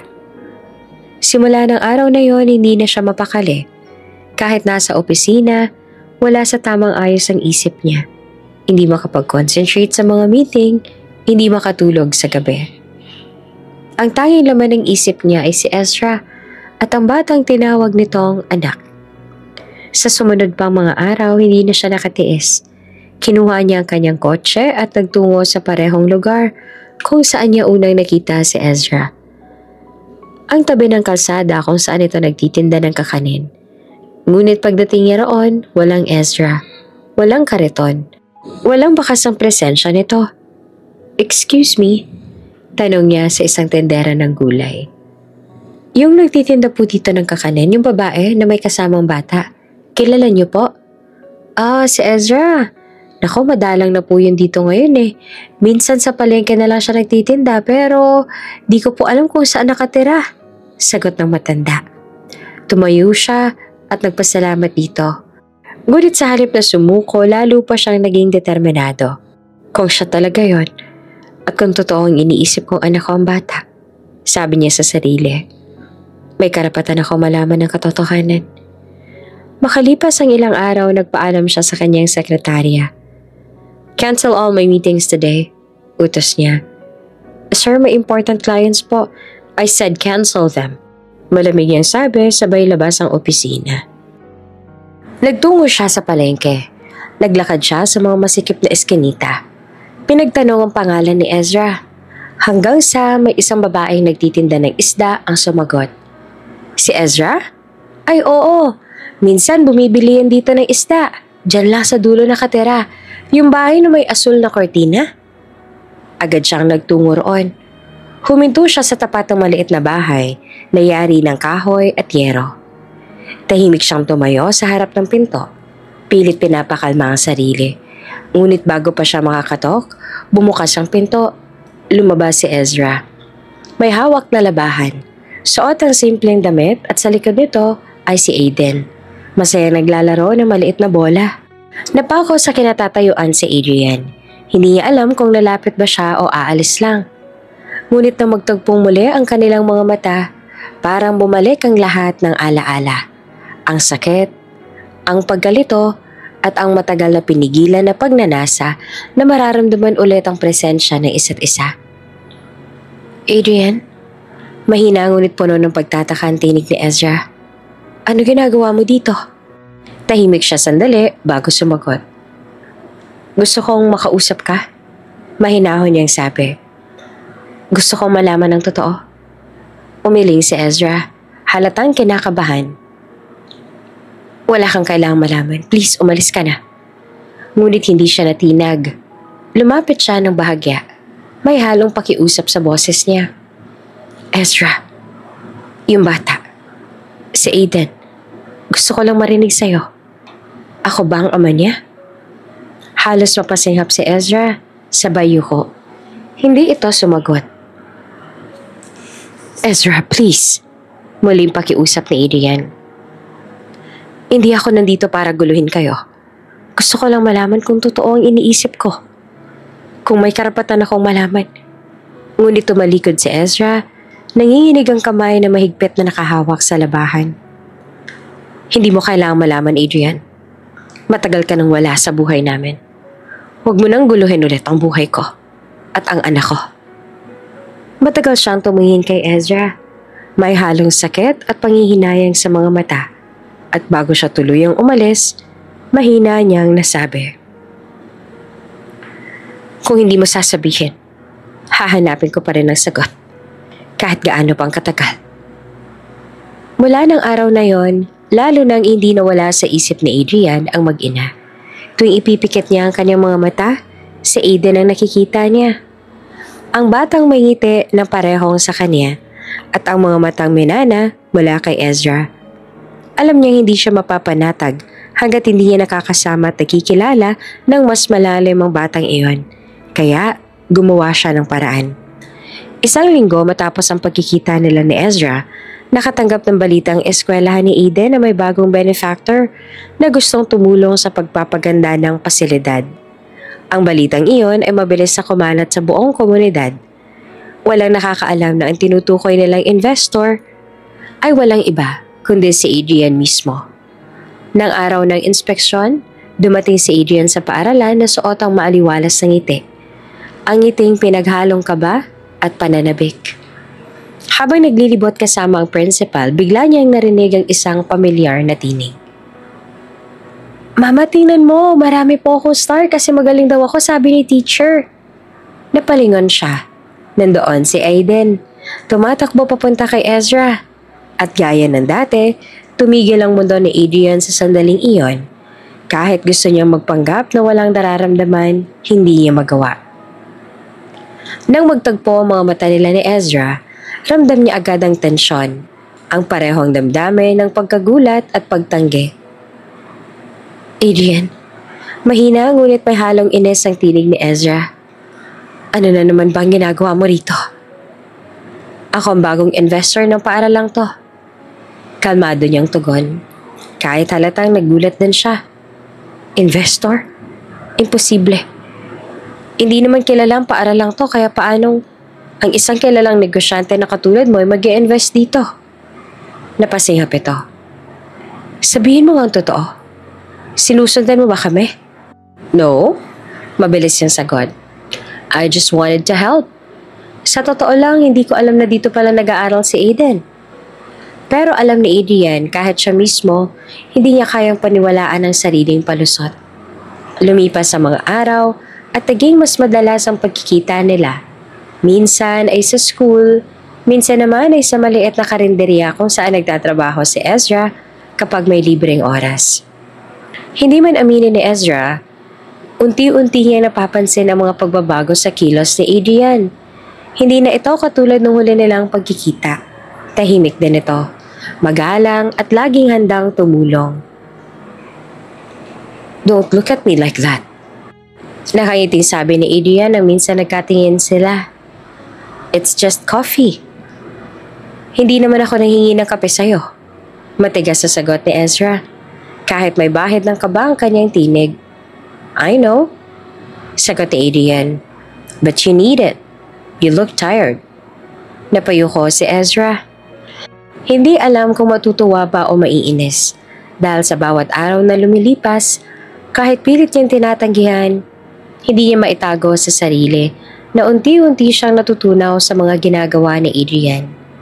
Isang hapon, habang umuulan, dumating si Adrian sa tindahan ni Ezra. Basang-basa ito, ngunit dala pa rin ang isang paper bag. Ano na naman bang ginagawa mo dito? Tanong ni Ezra habang nilapitan nito. I heard na may bagyo raw bukas. Sagot niya habang inilalapag ang dala. May mga pagkain ako dyan para sa inyo ni Aiden. Just in case na hindi ka makalabas. Hindi mo kailangan gawin to, Adrian. I know. Sagot naman ni Adrian at marahang tumingin dito. But I want to. At sa unang pagkakataon, hindi na tumanggi si Ezra matapos makita ang emosyon sa mga mata ni Adrian. Tahimik lang itong tumango. Sabay iwas ang tingin para itago ang pag-ikot ng damdamin sa dibdib. Patuloy ang pagbuhos ng ulan, ngunit sa loob ng maliit na pwesto, tila unti-unti nang nawawasak ang pader na matagal na nilang itinayo laban sa isa't isa. Mula noong araw na muling nagtagpo ang kanilang mga landas, tila hindi na mapigilan ni Adrian ang sarili. Hindi man siya diretsyong umaamin, bawat kilos niya ay palapit ng palapit sa batang si Aiden at sa babaeng minsang minahal niya ng lubos, si Ezra. Tuwing hapon, laging naroon si Adrian sa labas ng paralan para makita ang bata, kahit sulyap lang. Noong una ay simpleng paghatid lang ng merienda ang dahilan. Minsan daw ay para magbigay ng tulong sa paaralan. Pero sa totoo lang, gusto lang niyang makita kung paanong tumatawa si Aiden, kung paano itong humahawak sa bag na halos mas malaki pa sa katawan nito, at kung paano itong tumawag at ngumiti sa inan nitong laging nakaabang sa labas ng gate. Tito Adrian! Tawag ni Aiden isang araw habang papalapit ito sa kanya. Tangan nito ang maliit na medalya. You got an award? Ngiti naman ni Adrian. Tuwang-tuwa. Yes, kasi po mabait ako. Proud na sagot ng bata. Yun po kasi ang turo ni Mama. Then you're exactly like her. Sabi pa ni Adrian habang napatingin kay Ezra na tahimik lang na nakamasid. Hindi na alam ni Ezra kung bakit parang biglang sumikip ang kanyang dibdib sa narinig. Ayaw man ni Ezra aminin, pero may kung anong lambing sa mga mata ni Adrian habang kausap sa Aiden. Isang tingin niya na hindi niya kailanman nakitang maibigay nito noon sa kahit sino. Minsan, nagpresenta si Adrian na samahan sila ni Ezra at Aiden sa park. Ang dahilan niya sa kanila ay gusto niya magpahinga mula sa trabaho. Pero halata namang ang tunay niyang dahilan ay makasama ang mag-ina. Habang naglalaro si Aiden sa swing, naupo si Adrian sa tabi ni Ezra sa bench. Tahimik lang sila sa una. Pinapanood ang batang tuwang-tuwang sumigaw ng, "Higher, Mama! Higher!" He's a great kid, mahina sabi ni Adrian. Matalino, mabait, matapang. Oo naman, sagot ni Ezra. Nakangiti pero may pag-iingat. Ginawa ko ang lahat para lumaki siyang maayos at mabuting tao. I can see that, sagot naman ni Adrian. Sabay lingon sa kanya. You did great, Ezra. Sa simpleng papuring iyon, hindi alam ni Ezra kung ano ang dapat maramdaman. Hindi niya alam kung iiyak, ngingiti o tatakbo, palayo. Pero sa unang pagkakataon, naramdaman niya hindi lang ito si Adrian na nakaraan niya, kundi isang lalaking tila handang bumawi, handang mahalin, hindi lang siya, kundi pati ang batang hindi nasaksihan ng paglaki. Makalipas pa ang ilang araw, may isang gabi na nagkasakit si Aiden. At dahil abala si Ezra sa pagtitinda, hindi niya agad namalaya na mataas na palang lagnat ang anak. At bago pa man siya makatawag ng tulong, biglang dumating si Adrian na basang-basa sa ulan dahil patuloy pa rin ang bagyo. May dala siyang gamot. Paano mo nalaman? Tanong ni Ezra, habol ang hininga. Nagkaroon ako ng kutob na may hindi magandang nangyari. Sagot ni Adrian habang marahang iniaabot ang gamot. Tahimik naman si Ezra habang pinanonood kung paanong marahan at maingat ang pinunasan ni Adrian ang pawis ng bata. Hindi niya alam kung kailan nagsimulang mabago ang lahat. Pero sa sandaling iyon, nakita niya ang isang ama, hindi lamang ang lalaking nanakit sa kanya noon. Thank you. Mahina niyang sabi na halos pabulong. You don't have to thank me. Tugon naman ni Adrian habang nakangiti. I'm just doing what I should have done long time ago. At habang natutulog si Aiden, nandoon silang dalawa sa tabi ng kama. Si Ezra, tahimik na nagbabantay. Si Adrian, marahang nakatingin sa bata. May halong pagsisisi at pagmamahal sa mga mata. Hindi pa niya sinasabi, pero alam ni Ezra sa bawat kilos at tingin ni Adrian. Mahal nito ang anak nila. At sa kaibuturan ng kanyang puso, unti-unting nabubuhay muli ang damdamin akala niya'y matagal nang namatay. Lumipas ang mga araw at tila mas lalo lamang naging malapit si Adrian kay Aiden. Tuwing umuuwi si Ezra mula sa pagtitinda, madalas ay nadatnan niyang magkasama ang dalawa. Naglalaro, nagkukulitan o kaya naman ay abala si Adrian sa pagtuturo kay Aiden ng mga leksyon sa paaralan. At sa bawat sandaling iyon, may kung anong kirot at init sa dibdib ni Ezra. Hindi niya alam kung tuwa ba o takot. Isang gabi, nadatnan niya nakaupo si Adrian sa sahig ng maliit na lang sala, habang si Aiden naman ay nakasandal sa dibdib nito. Mahimbing na natutulog, tahimik lang si Ezra sa pintuan. Pinagmamasdan ang eksenang eksaktong kabaliktaran ng mga panahong dati ay puro luha lang ang kanyang kasama. "You should rest," mahinang sabi ni Adrian nang mapansin siya. "Ikaw rin," tugon ni Ezra. Pilit ang ngiti. "Hindi mo naman kailangan gawin to palagi." Gusto ko," sagot ni Adrian. Diretso at halos pabulong, pero buo. "I miss you so much already." Napayuko si Ezra. Pilit iniiwas ang tingin. Hindi niya alam kung paano sasagutin ang ganoong katotohanan. Sapagkat totoo rin naman, sa likod ng lahat ng sakit, namimiss niya rin ito. Kinabukasan, habang nagtitinda si Ezra sa tapat ng eskwelahan, narinig niya si Aiden na tuwang-tuwang kinukwento sa kanyang kaklase. "That's my Tito Adrian. Siya nagturo sa akin mag-draw ng cars." Parang biglang may kung anong humaplos sa puso ni Ezra. Mahapte pero malambing. Tumingin siya sa direksyon ni Adrian na nakatayo malapit sa gate. Nginitian ng bata sabay kaway. At sa loob niya, tinanong niya ang sarili. Kaya ko pa bang pigilan to? Kaya ko pa bang itanggi na sa bawat araw na lumilipas? Unti-unti na namang bumabalik ang lahat? Kinagabihan, habang pinapatulog niya si Aiden, hindi niya mapigilang mapatingin sa pinto kung saan lumabas si Adrian matapos silang ihatid. May iniwang kakaibang katahimikan. Isang uri ng katahimikan na hindi nakakatakot, kundi nakakalito. Pagkatapos mailigpit ang mga laruan, umupo si Ezra sa gilid ng kama. Hawak ang maliit na larawang iginuhit ni Aiden.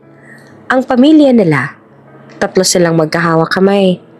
May nakasulat sa gilid, "Mama, Papa Aiden, Happy Family." Doon na siya napahinga ng malalim. Parang biglang bumigat ang lahat ng kanyang pinipigilan.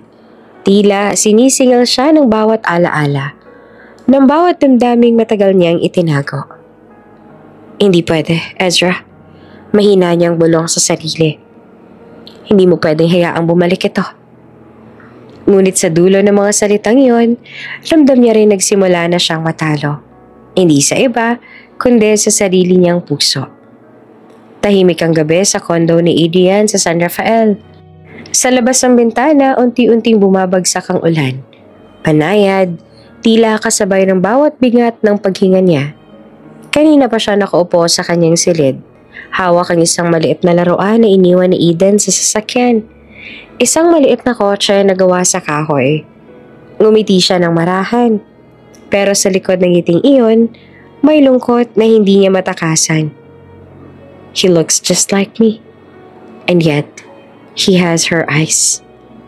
Parang hindi pa rin siya makapaniwala. Sa bawat araw na nakikita niya si Aiden, pakiramdam niya ay unti-unting bumabalik ang lahat. Ang mga sandaling pinilit niyang kalimutan. Ang mga pangakong nabasag.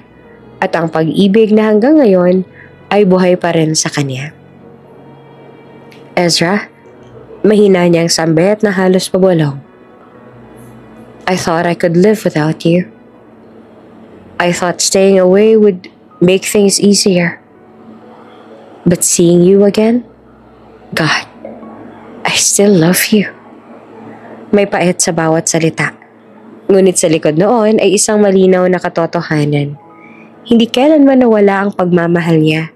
Nakatago lang. Pinilit lang niyang patayin. Ngunit ngayon, sa tuwing nakikita niya si Eden, sa bawat ngiti at tawa ng bata, naroon ang alaala ni Ezra. At kasabay noon, bumabalik ang damdamin. Kinabukasan, nadatnan niya si Ezra sa labas ng eskwelahan. May dalang payong habang sinusundo si Eden. Saglit silang nagtagpo ng hangin. At sa sandaling iyon, parang huminto ang oras. Walang salita. Walang ngiti. Ngunit sapat na iyon para magising sa kanyang isang bagay na matagal nang nakahimlay. Ang pagnanais na itama ang lahat. Pag-uwi niya, hindi pa siya nakatiis. Binuksan niya ang kwaderno sa kanyang mesa at nagsimulang magsulat. Hindi para ipadala, kundi para maibsan lang ang bigat sa dibdib. Ezra, I know you'll never read this, but I need to say it anyway. I was a coward. I let others decide for me. I let them ruin us. And now that I see you again, with our son, I realize I don't deserve forgiveness. But I still wish for it. Not for me, but for the man I failed to be. Pagkatapos niyang maisulat iyon, isinara niya ang kwaderno at ipinikit ang mga mata. May mga luhang hindi niya napigilan. Luhang galing sa lalaking matagal nang tinigasan ng puso. Pero ngayon, muling natutong masaktan. Sa labas, patuloy pa rin ang buhos ng ulan. At sa bawat patak nito, tila naririnig ni Idian ang boses ng nakaraan. Ang boses ni Ezra. At ng pusong hindi niya kailanman tuluyang iniwan. Mainit na ang sikat ng araw, ngunit malamig ang pakiramdam ni Ezra. Kanina pa niya napapansin na matamlay si Eden. Hindi gaya ng dati na laging masigla at madaldal.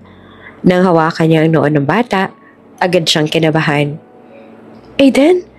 Mahinang sambit niya. Ang init ng ulo mo, anak. Hindi na siya nag-aksaya ng oras. Agad niyang isinakay si Eden sa tricycle patungong ospital. Habang nasa biyahe, mahigpit niyang niyakap ang anak na tila ba mawawala ito sa kanyang mga bisig. Nanginginig ang mga kamay niya, pinipigilan ang luha. Please anak, huwag mo akong takutin. Bulong niya habang pinupunasan ang pawis ni Eden. Pagdating nila sa ospital, agad na dinala ng mga nurse si Eden sa loob ng emergency room. Naiwan naman si Ezra sa labas mag-isa. Halos manghina sa kaba. Hindi niya alam kung anong gagawin. Hanggang sa maramdaman niya ang isang pamilyar na presensya sa likuran. Ezra? Napalingon siya. At doon nakita niya si Adrian. Nakatayo ito. May halong takot at pag-aalala sa mukha. Hindi na siya nagtanong kung paano nito nalaman. Ang mahalaga, nandoon ito. Ano nangyari? Tanong agad ni Adrian nang nilapitan siya. Bigla na lang nilagnat si Eden. Sagot ni Ezra. Halos paos na sa pag-iyak. Ang taas ng lagnat niya, Adrian. Natatakot ako. Hindi na nagdalawang isip pa si Adrian. Hinawakan niyang kamay ni Ezra. Mariin ngunit may pag-alo. Hey, he'll be okay. I'm here. At sa unang pagkakataon, matapos ang napakahabang panahon, hinayaan ni Ezra ang sarili niyang umiyak. Hindi niya nakinaya ang bigat ng lahat. At sa kabila ng mga taong pagitan nila, naramdaman niyang parang may sandigan pa rin siya sa tabi nito. Makalipas ang ilang oras, lumabas ang doktor. Nasa ligtas ang kalagayan ng bata. Mataas ang po talaga ang lagnat, pero bumaba na. Kailangan lang magpahinga. Napabuntong hininga si Ezra, sabay pikit. Parang binunutan ng tinik. Lumapit si Adrian sa kanya at marahang inaplos ang balikat niya. See? I told you. Mahina nitang sabi. Aiden's strong. He's just like you. Napatitig naman si Ezra sa kanya. At sa sandaling iyon, parang bumalik ang lahat. Ang dating init ng kanilang mga mata. Ang koneksyon na pilit na yang tinatakasan. Ngayon, narito ulit. Habang natutulog si Eden sa kama ng ospital, magkatabi silang dalawa sa gilid. Tahimik lang. Ang tanging maririnig lang ay ang mahinang tunog ng makina at ang paghinga ng bata. Thank you, bulong ni Ezra. For what? Tanong ni Adrian. For being here. Hindi ko alam kung anong gagawin ko kung wala ka. Ngumiti si Adrian, pero may lungkot sa mga mata niya. You don't have to thank me.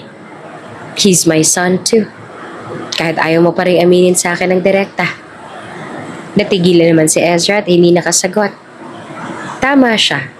Ramdam niyang alam na ni Adrian ang totoo. Kahit wala pa siyang sinasabi. At doon niya napagtanto na baka nga hindi niya na kayang itago pa. Kinabukasan, bago sila umuwi, lumapit si Aiden kay Adrian. Tito Adrian, thank you po at hindi mo kami iniwan ni Mama. Tumingin siya kay Ezra at sa pagitan nila, may tahimik na pangako. Na kahit gaano pa silang nasaktan noon, handa silang magsimulang muli. Para kay Aiden at marahil para na rin sa isa't isa. Makalipas ang ilang araw mula nang ma-ospital si Aiden, tuluyan ang bumalik sa dati ang sigla ng bata. Palagi na itong madaldal kay Mira at sa mga kaibigan. Pero sa gitna ng lahat ng yon, may isang bagay na hindi inaasahang mabago. Ang pagitan ni Ezra at Adrian. Araw-araw halos hindi na mawala sa ospital si Adrian. Siyang bumibili ng pagkain. Siya rin ang nagbabantay kapag kailangan na umuwi si Ezra saglit para mag-ayos. Minsan kahit wala siyang sinasabi, sapat na ang presensya niya para mapawi ang kaba ni Ezra. Hindi mo naman kailangang magstay dito araw-araw, sabi ni Ezra isang gabi habang inaayos ang kumot ni Aiden. Hindi mo rin naman ako mapipigilan, sagot ni Adrian sabay ngiti. Hindi ko kayang umalis habang nandito kayo. Nilingon siya ni Ezra, sabay sabing, hindi mo kailangang bumawi sa ganitong paraan. Napayuko naman si Adrian. Hindi naman ako bumabawi. I just miss being around both of you. May kung anong kumurot sa puso ni Ezra. Hindi niya alam kung dahil ba sa tono ng boses nito o dahil sa paraan ng pagtingin sa kanila nang may halong lambing at pagsisisi. Minsang umaga, habang natutulog pa si Aiden, lumabas silang dalawa. Para makapag-usap. Tahimik, presko ang hangin at tila naglalambing ang panahon. Ezra, mahinang sambit ni Adrian. I know I don't deserve another chance. Pero gusto kong malaman mo, I'm not the same man you used to know. Tumingin si Ezra sa kanya, seryoso. At anong gusto mong mangyari, Adrian? Wala akong hinihingi. Gusto ko lang makasama si Aiden. At kung papayagan mo ako, makita rin kitang umiti ulit. Kahit hindi para sa akin. Napayo ko si Ezra. Adrian, hindi ko alam kung kaya ko pa magtiwala. I'm not asking you to. Just let me be here. One day at a time. At sa mga sumunod na araw, tuluyan niyang naging bahagi si Adrian ng kanilang araw-araw. Hindi na lamang ito ang lalaking nakaraan, isa na itong presensya na mahirap tanggihan. Sa bawat pagiti ni Aiden, sa bawat tawanan nila, unti-unting napapalitan ang dating sakit ng bago. Isang uri ng pag-asa. At kahit ayaw pa rin aminin ni Ezra, tuwing nakikita niyang pinapasaya ni Adrian ang kanilang anak, may bahagi sa kanya na umaasang baka ito na ulit ang simula ng lahat. Lumipas ang ilang linggo mula nang ma-discharge si Aiden sa ospital. Muli silang bumalik sa simpleng buhay. Ngunit may malaking kaibahan ngayon. Si Adrian ay madalas nang dumadalaw. Laging may dalang pagkain o laruan kung minsan bulaklak pa para kay Ezra. At kahit pilit niyang itinatanggi sa sarili, sa bawat ngiti ni Adrian, sa bawat good morning, unti-unting nawasak ang mga pader na itinayo niya noon. Ezra, mahinang sambit ni Adrian. Bakit mo ginagawa to? Tanong naman ni Ezra na halos pabulong. Because I want to make things right. Because every time I see you, I remember the man I was supposed to be. The man who should have stayed. At sa bawat pinapakita sa kanila ni Adrian, hindi maitatanggi na tuluyan na siyang lumambot dito. Alam mo, sabi ni Ezra, ang tagal kong tinuruan ng sarili kong magalit sa'yo, na kahit makita kita ulit, hindi ako matitinag. Pero, tanong ni Adrian na mahina, pero puno ng pag-asa. Pero ngayon, di ko na alam kung niloloko ko lang ba ang sarili ko. Hindi ko naman hinihingi na patawarin mo ako agad, Ezra.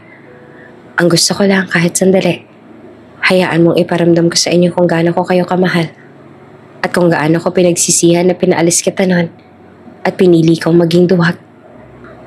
Tumahimik si Ezra. Sa bawat salitang lumalabas sa bibig ni Adrian, tila natutunaw ang lahat ng galit na pinanghawakan niya sa loob ng maraming taon. Hindi mo alam kung gaano mo ko sinaktan. Mahinang sabi niya. I know, sagot ni Adrian. And I live with that every day. Napatingala si Ezra sa langit, puno ng mga bituin. At sa hindi inaasahang sandali, may luha siyang pumatak. Maybe, sabi niya, I'm tired of fighting. Then don't, tugon ni Adrian. Let me fight for you this time. Sa mga sumunod pang araw, mas naging madalas ang kanilang tawanan. Ang kanilang mga tinginan na tila may ibig sabihin. Minsan habang nag-aalmusal, mapapansin ni Ezra na tinititigan siya ni Adrian. At sa halip na umiwas, ngayon ay siya pang unang umingiti. Hindi pa man nila sinasabi ng direkta, pareho na nilang alam. Ang mga sugat ng nakaraan, unti-unti nang tinatabunan ng bagong pag-asa. At sa bawat haplos ng hangin, sa bawat tawa ni Eden, sa bawat see you tomorrow ni Adrian, nararamdaman ni Ezra na ang puso niyang matagal nang sarado ay muling natututo, muling magmahal. Tahimik ang buong bahay ng gabing iyon.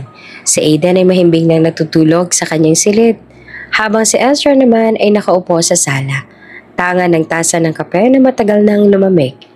Sa tapat niya si Adrian tahimik din, ngunit halata sa mga mata ang kaba, ang paghihintay. Walang salita sa pagitan nila sa loob ng ilang minuto.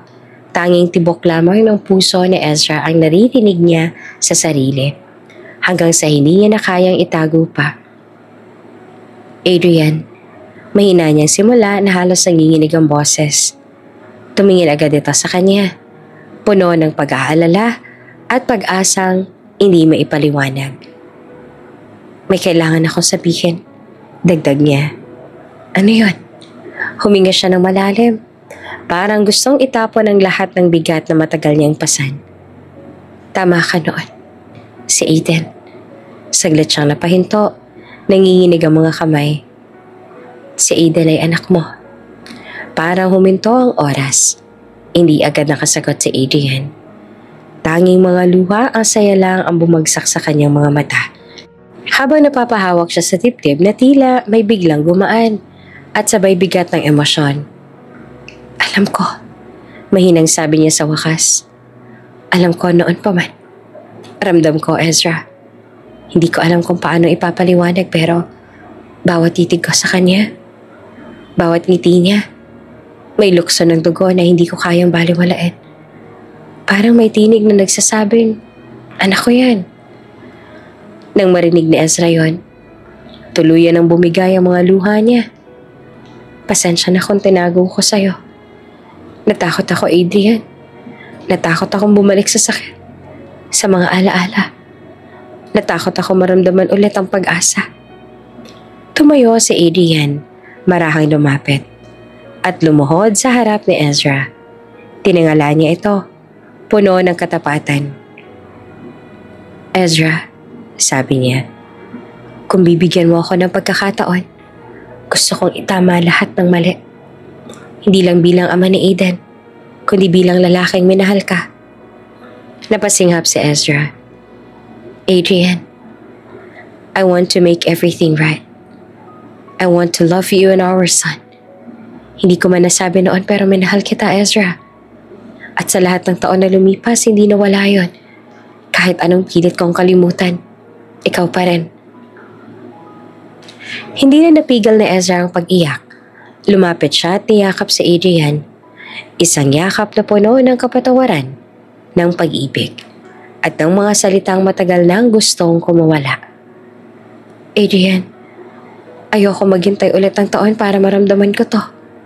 Kung mahal mo pa rin ako, kung kaya mo ako mahalin kasamang anak natin, hindi ko napipigilan ng puso ko. Niyakap siya ni Adrian ng mas mahigpit. Hindi ko na kayo iiwan. Hindi na ulit. Kinabukasan, pagmulat ni Aiden, nadatnan niya ang kanyang ama at ina sa kusina. Magkasabay, nagluluto ng almusal, nagtatawanan. Tila walang sugat na kailanman ay sumira sa kanila. Lumapit siya sabay sabing, "Mama, Papa, anong ulam?" Nagkatinginan sina Ezra at Adrian, sabay na pangiti. Doon nila napagtanto, sa kabila ng lahat ng luha, paghihirap at pagdurusa, ang kapalaran ay nagbigay sa kanila ng pangalawang pagkakataon. At sa wakas, naging buo na muli ang pamilyang minsan ay winasak ng panahon. Ngayon ay pinagtagpong muli ng pagmamahal at syempre, labis na masaya para sa kanila si Mira na naging kasangga niya sa lahat. Lumipas ang mga linggo mula nang magkaaminan sina Ezra at Adrian. At sa unang pagkakataon, matapos ang lahat ng sakit at pagdurusang pinagdaanan nila, ay tila bumalik na ang kulay sa mundo ni Ezra. Sa bawat umaga, pagising niya, ay naroon si Adrian. Naghahanda ng almusal, nag-aalaga kay Aiden, at nagbibiro sa pagitan ng mga halakhak ng mag-ama. Hindi ko akalaing mararanasan ko pa to. Mahina niyang sabi, sabay pinagmasdan ng dalawa. Napangiti si Adrian. Sabi ko naman sa iyo, Ez, I promised I'd make things right. At tinupad nga iyon ni Adrian. Matapos malaman ng buong katotohanan kung paanong ibinenta si Ezra ng sariling ina at ng malupit itong stepfather, hindi na siya nakatiis. Ginamit niya ang lahat ng koneksyon at impluensya upang bigyan ng katarungan si Ezra. Ang kanyang stepfather na lubog na pala sa utang dahil sa sugal ay agad na inaresto. Napatunayan sa investigasyon ang ginawang pang-aabuso at illegal na transaksyon. Ngunit nang tanungin si Adrian kung nais niyang isama sa kasong ina ni Ezra ay umiling ito. "Your mother may have done wrong," sabi niya kay Ezra habang magkahawak silang nakaupo sa veranda. "But she was blinded, not by evil. You don't need to destroy her, as you already won by surviving." Tahimik lamang si Ezra noon, hanggang sa tuluyan niya nang maramdaman ng bigat na matagal niya nang pasan sa dibdib. "Siguro nga," aniya habang binahid ang luha. "Matagal ko nang gustong magalit pero ngayon nakita ko nagsisisi siya. I just want peace." "Adrian, para sa ating tatlo." Ngumiti si Adrian, marahang hinaplos ang kanyang buhok. "And you deserve that peace." Sa unang pagkakataon, pumunta sila Aiden sa bahay ng ina ni Ezra. Matanda na ito at payat at halatang pinagdaanan ng matinding pagsisisi. Nang makita siya ay agad itong lumuhod. "Anak, patawarin mo ko. Hindi ko na alam kung anong pumasok sa isip ko noon." Lumapit si Ezra, nanginginig. Ngunit sa halip na galit, yakap ang ibinigay niya. "Ma, tapos na po yun. Ayoko mabuhay na may galit sa puso ko. Gusto ko lang na maging masaya tayo." At doon, tuluyan ang bumuhos ang lahat ng emosyon. Si Aiden na nakatayo sa gilid ay yumakap din sa lola niya. "Lola, huwag ka na pong iiyak," sabi ng bata habang pinupunasan ang luha nito. Pag uwi nila, mahigpit na niyakap ni Adrian si Ezra. "You're stronger than anyone I've ever met," bulong niya. Napangiti si Ezra, nakatingala sa kanya. "Hindi ako magiging ganito kung hindi mo kami ipinaglaban." Sa gabing iyon, habang natutulog si Aiden, magkahawak kamay silang dalawa ni Adrian sa ilalim ng malamlam na ilaw ng buwan. Sa wakas, natuldukan ng madilim na nakaraan at kapalit nito, isang bagong simula, puno ng pag-ibig, kapatawaran at katahimikan. Minsan ang hustisya ay di lang sa pagpaparusa, kundi sa kakayahang magpatawad at magsimulang muli. Naging maayos ang buhay nilang pamilya sa lumipas sa mga buwan. At dahil pamilya na rin nila si Mira, di na nila ito iniwan, sa halip ay tinulungan ito. At ngayon ay mataas na rin itong posisyon sa kumpanya na pag-aari ni Idia na labis-labis naman itong pinagpapasalamat. Sa wakas, ang dating mga sugat na nakaraan ay napalitan na ng mga ngiti, halakhak at payapang araw. Araw-araw maririnig sa loob ng kanilang tahanan ng halakhak nilang pamilya. At sa pagdaan ng mga araw, naging mas tahimik ang kanilang mundo. Walang luha, walang takot. Tanging pagmamahalan lamang at pag-asa. Alam mo, mahina niyang sabi. Kung noon sinabi sa akin na mangyayari lahat ng to, baka hindi ako naniwala. Ngumiti naman si Adrian. Marahang hinawakan ng kanyang kamay. That's the thing about love, is it finds its way back, no matter how lost it seems. Humilig si Ezra sa balikat niya. Ramdam ang tibok ng puso nito. Hindi ko alam kung anong ginawa ko para karapat-dapat sa inyo. You survived, sagot ni Adrian. And that's enough. Habang lumulubog ang araw, sumilay ang bagong liwanag sa kanilang buhay. Isa iyong paalala na sa likod ng mga sugat, may paghilom. Sa likod ng mga luha, may pag-asa. At sa likod ng bawat pagkadurog, may pagkakataon ulit na magmahal. 5 taon ang lumipas, si Eden ngayon ay 10 taong gulang na. Masiglang tumatakbo sa hardin habang hinahabol ang alaga nilang aso. Sa loob ng bahay, abala si Ezra sa paggawa ng bagong recipe para sa cafe. Habang si Adrian naman ay kausap ang ilang empleyado sa telepono. Pinamamahalaan pa rin ang kanilang mga negosyo, ngunit mas madalas na ngayon sa bahay. Dad, Mom, look! Sigaw ni Eden habang pinapakita ang medalya mula sa science fair. Oh my, Eden, I'm so proud of you! Sigaw ni Ezra na halos maiyak sa tuwa. Just like his mom, sabi naman ni Adrian na may halong biro at pagmamalaki. Pagkatapos ng hapunan, naglakad silang 3 papunta sa tabing dagat na palapit lang sa kanilang bahay. Tahimik ang gabi at tanging hampas ng alon at ihip ng hangin ang maririnig. Mom, Dad, sabi ni Eden. Thank you for giving me a happy family. Nagkatinginan sina Ezra at Adrian at sabay ngumiti. You gave us that reason, anak. Sagot naman ni Adrian. Ikaw ang nag-ugnay sa amin ulit. Humawak si Ezra sa kamay ni Adrian. At kahit ilang taon pa ang lumipas, isa lang sigurado. Ikaw at ikaw pa rin ang tahanan ko. Ngumiti si Adrian, marahang hinalikan siya sa noo. And I'll never let go of that home again. Sa ilalim ng mga bituin, nagyakapan silang 3. Sa wakas, natagpuan na nila ang kapayapaan na minsang inakala nilang imposible. At sa bawat pag-ihip ng malamig na hangin, tila binubulong ng tadhana. Ang pag-ibig na totoo, kahit gaanong katagal nang nawala, ay laging may daan pabalik sa tahanan.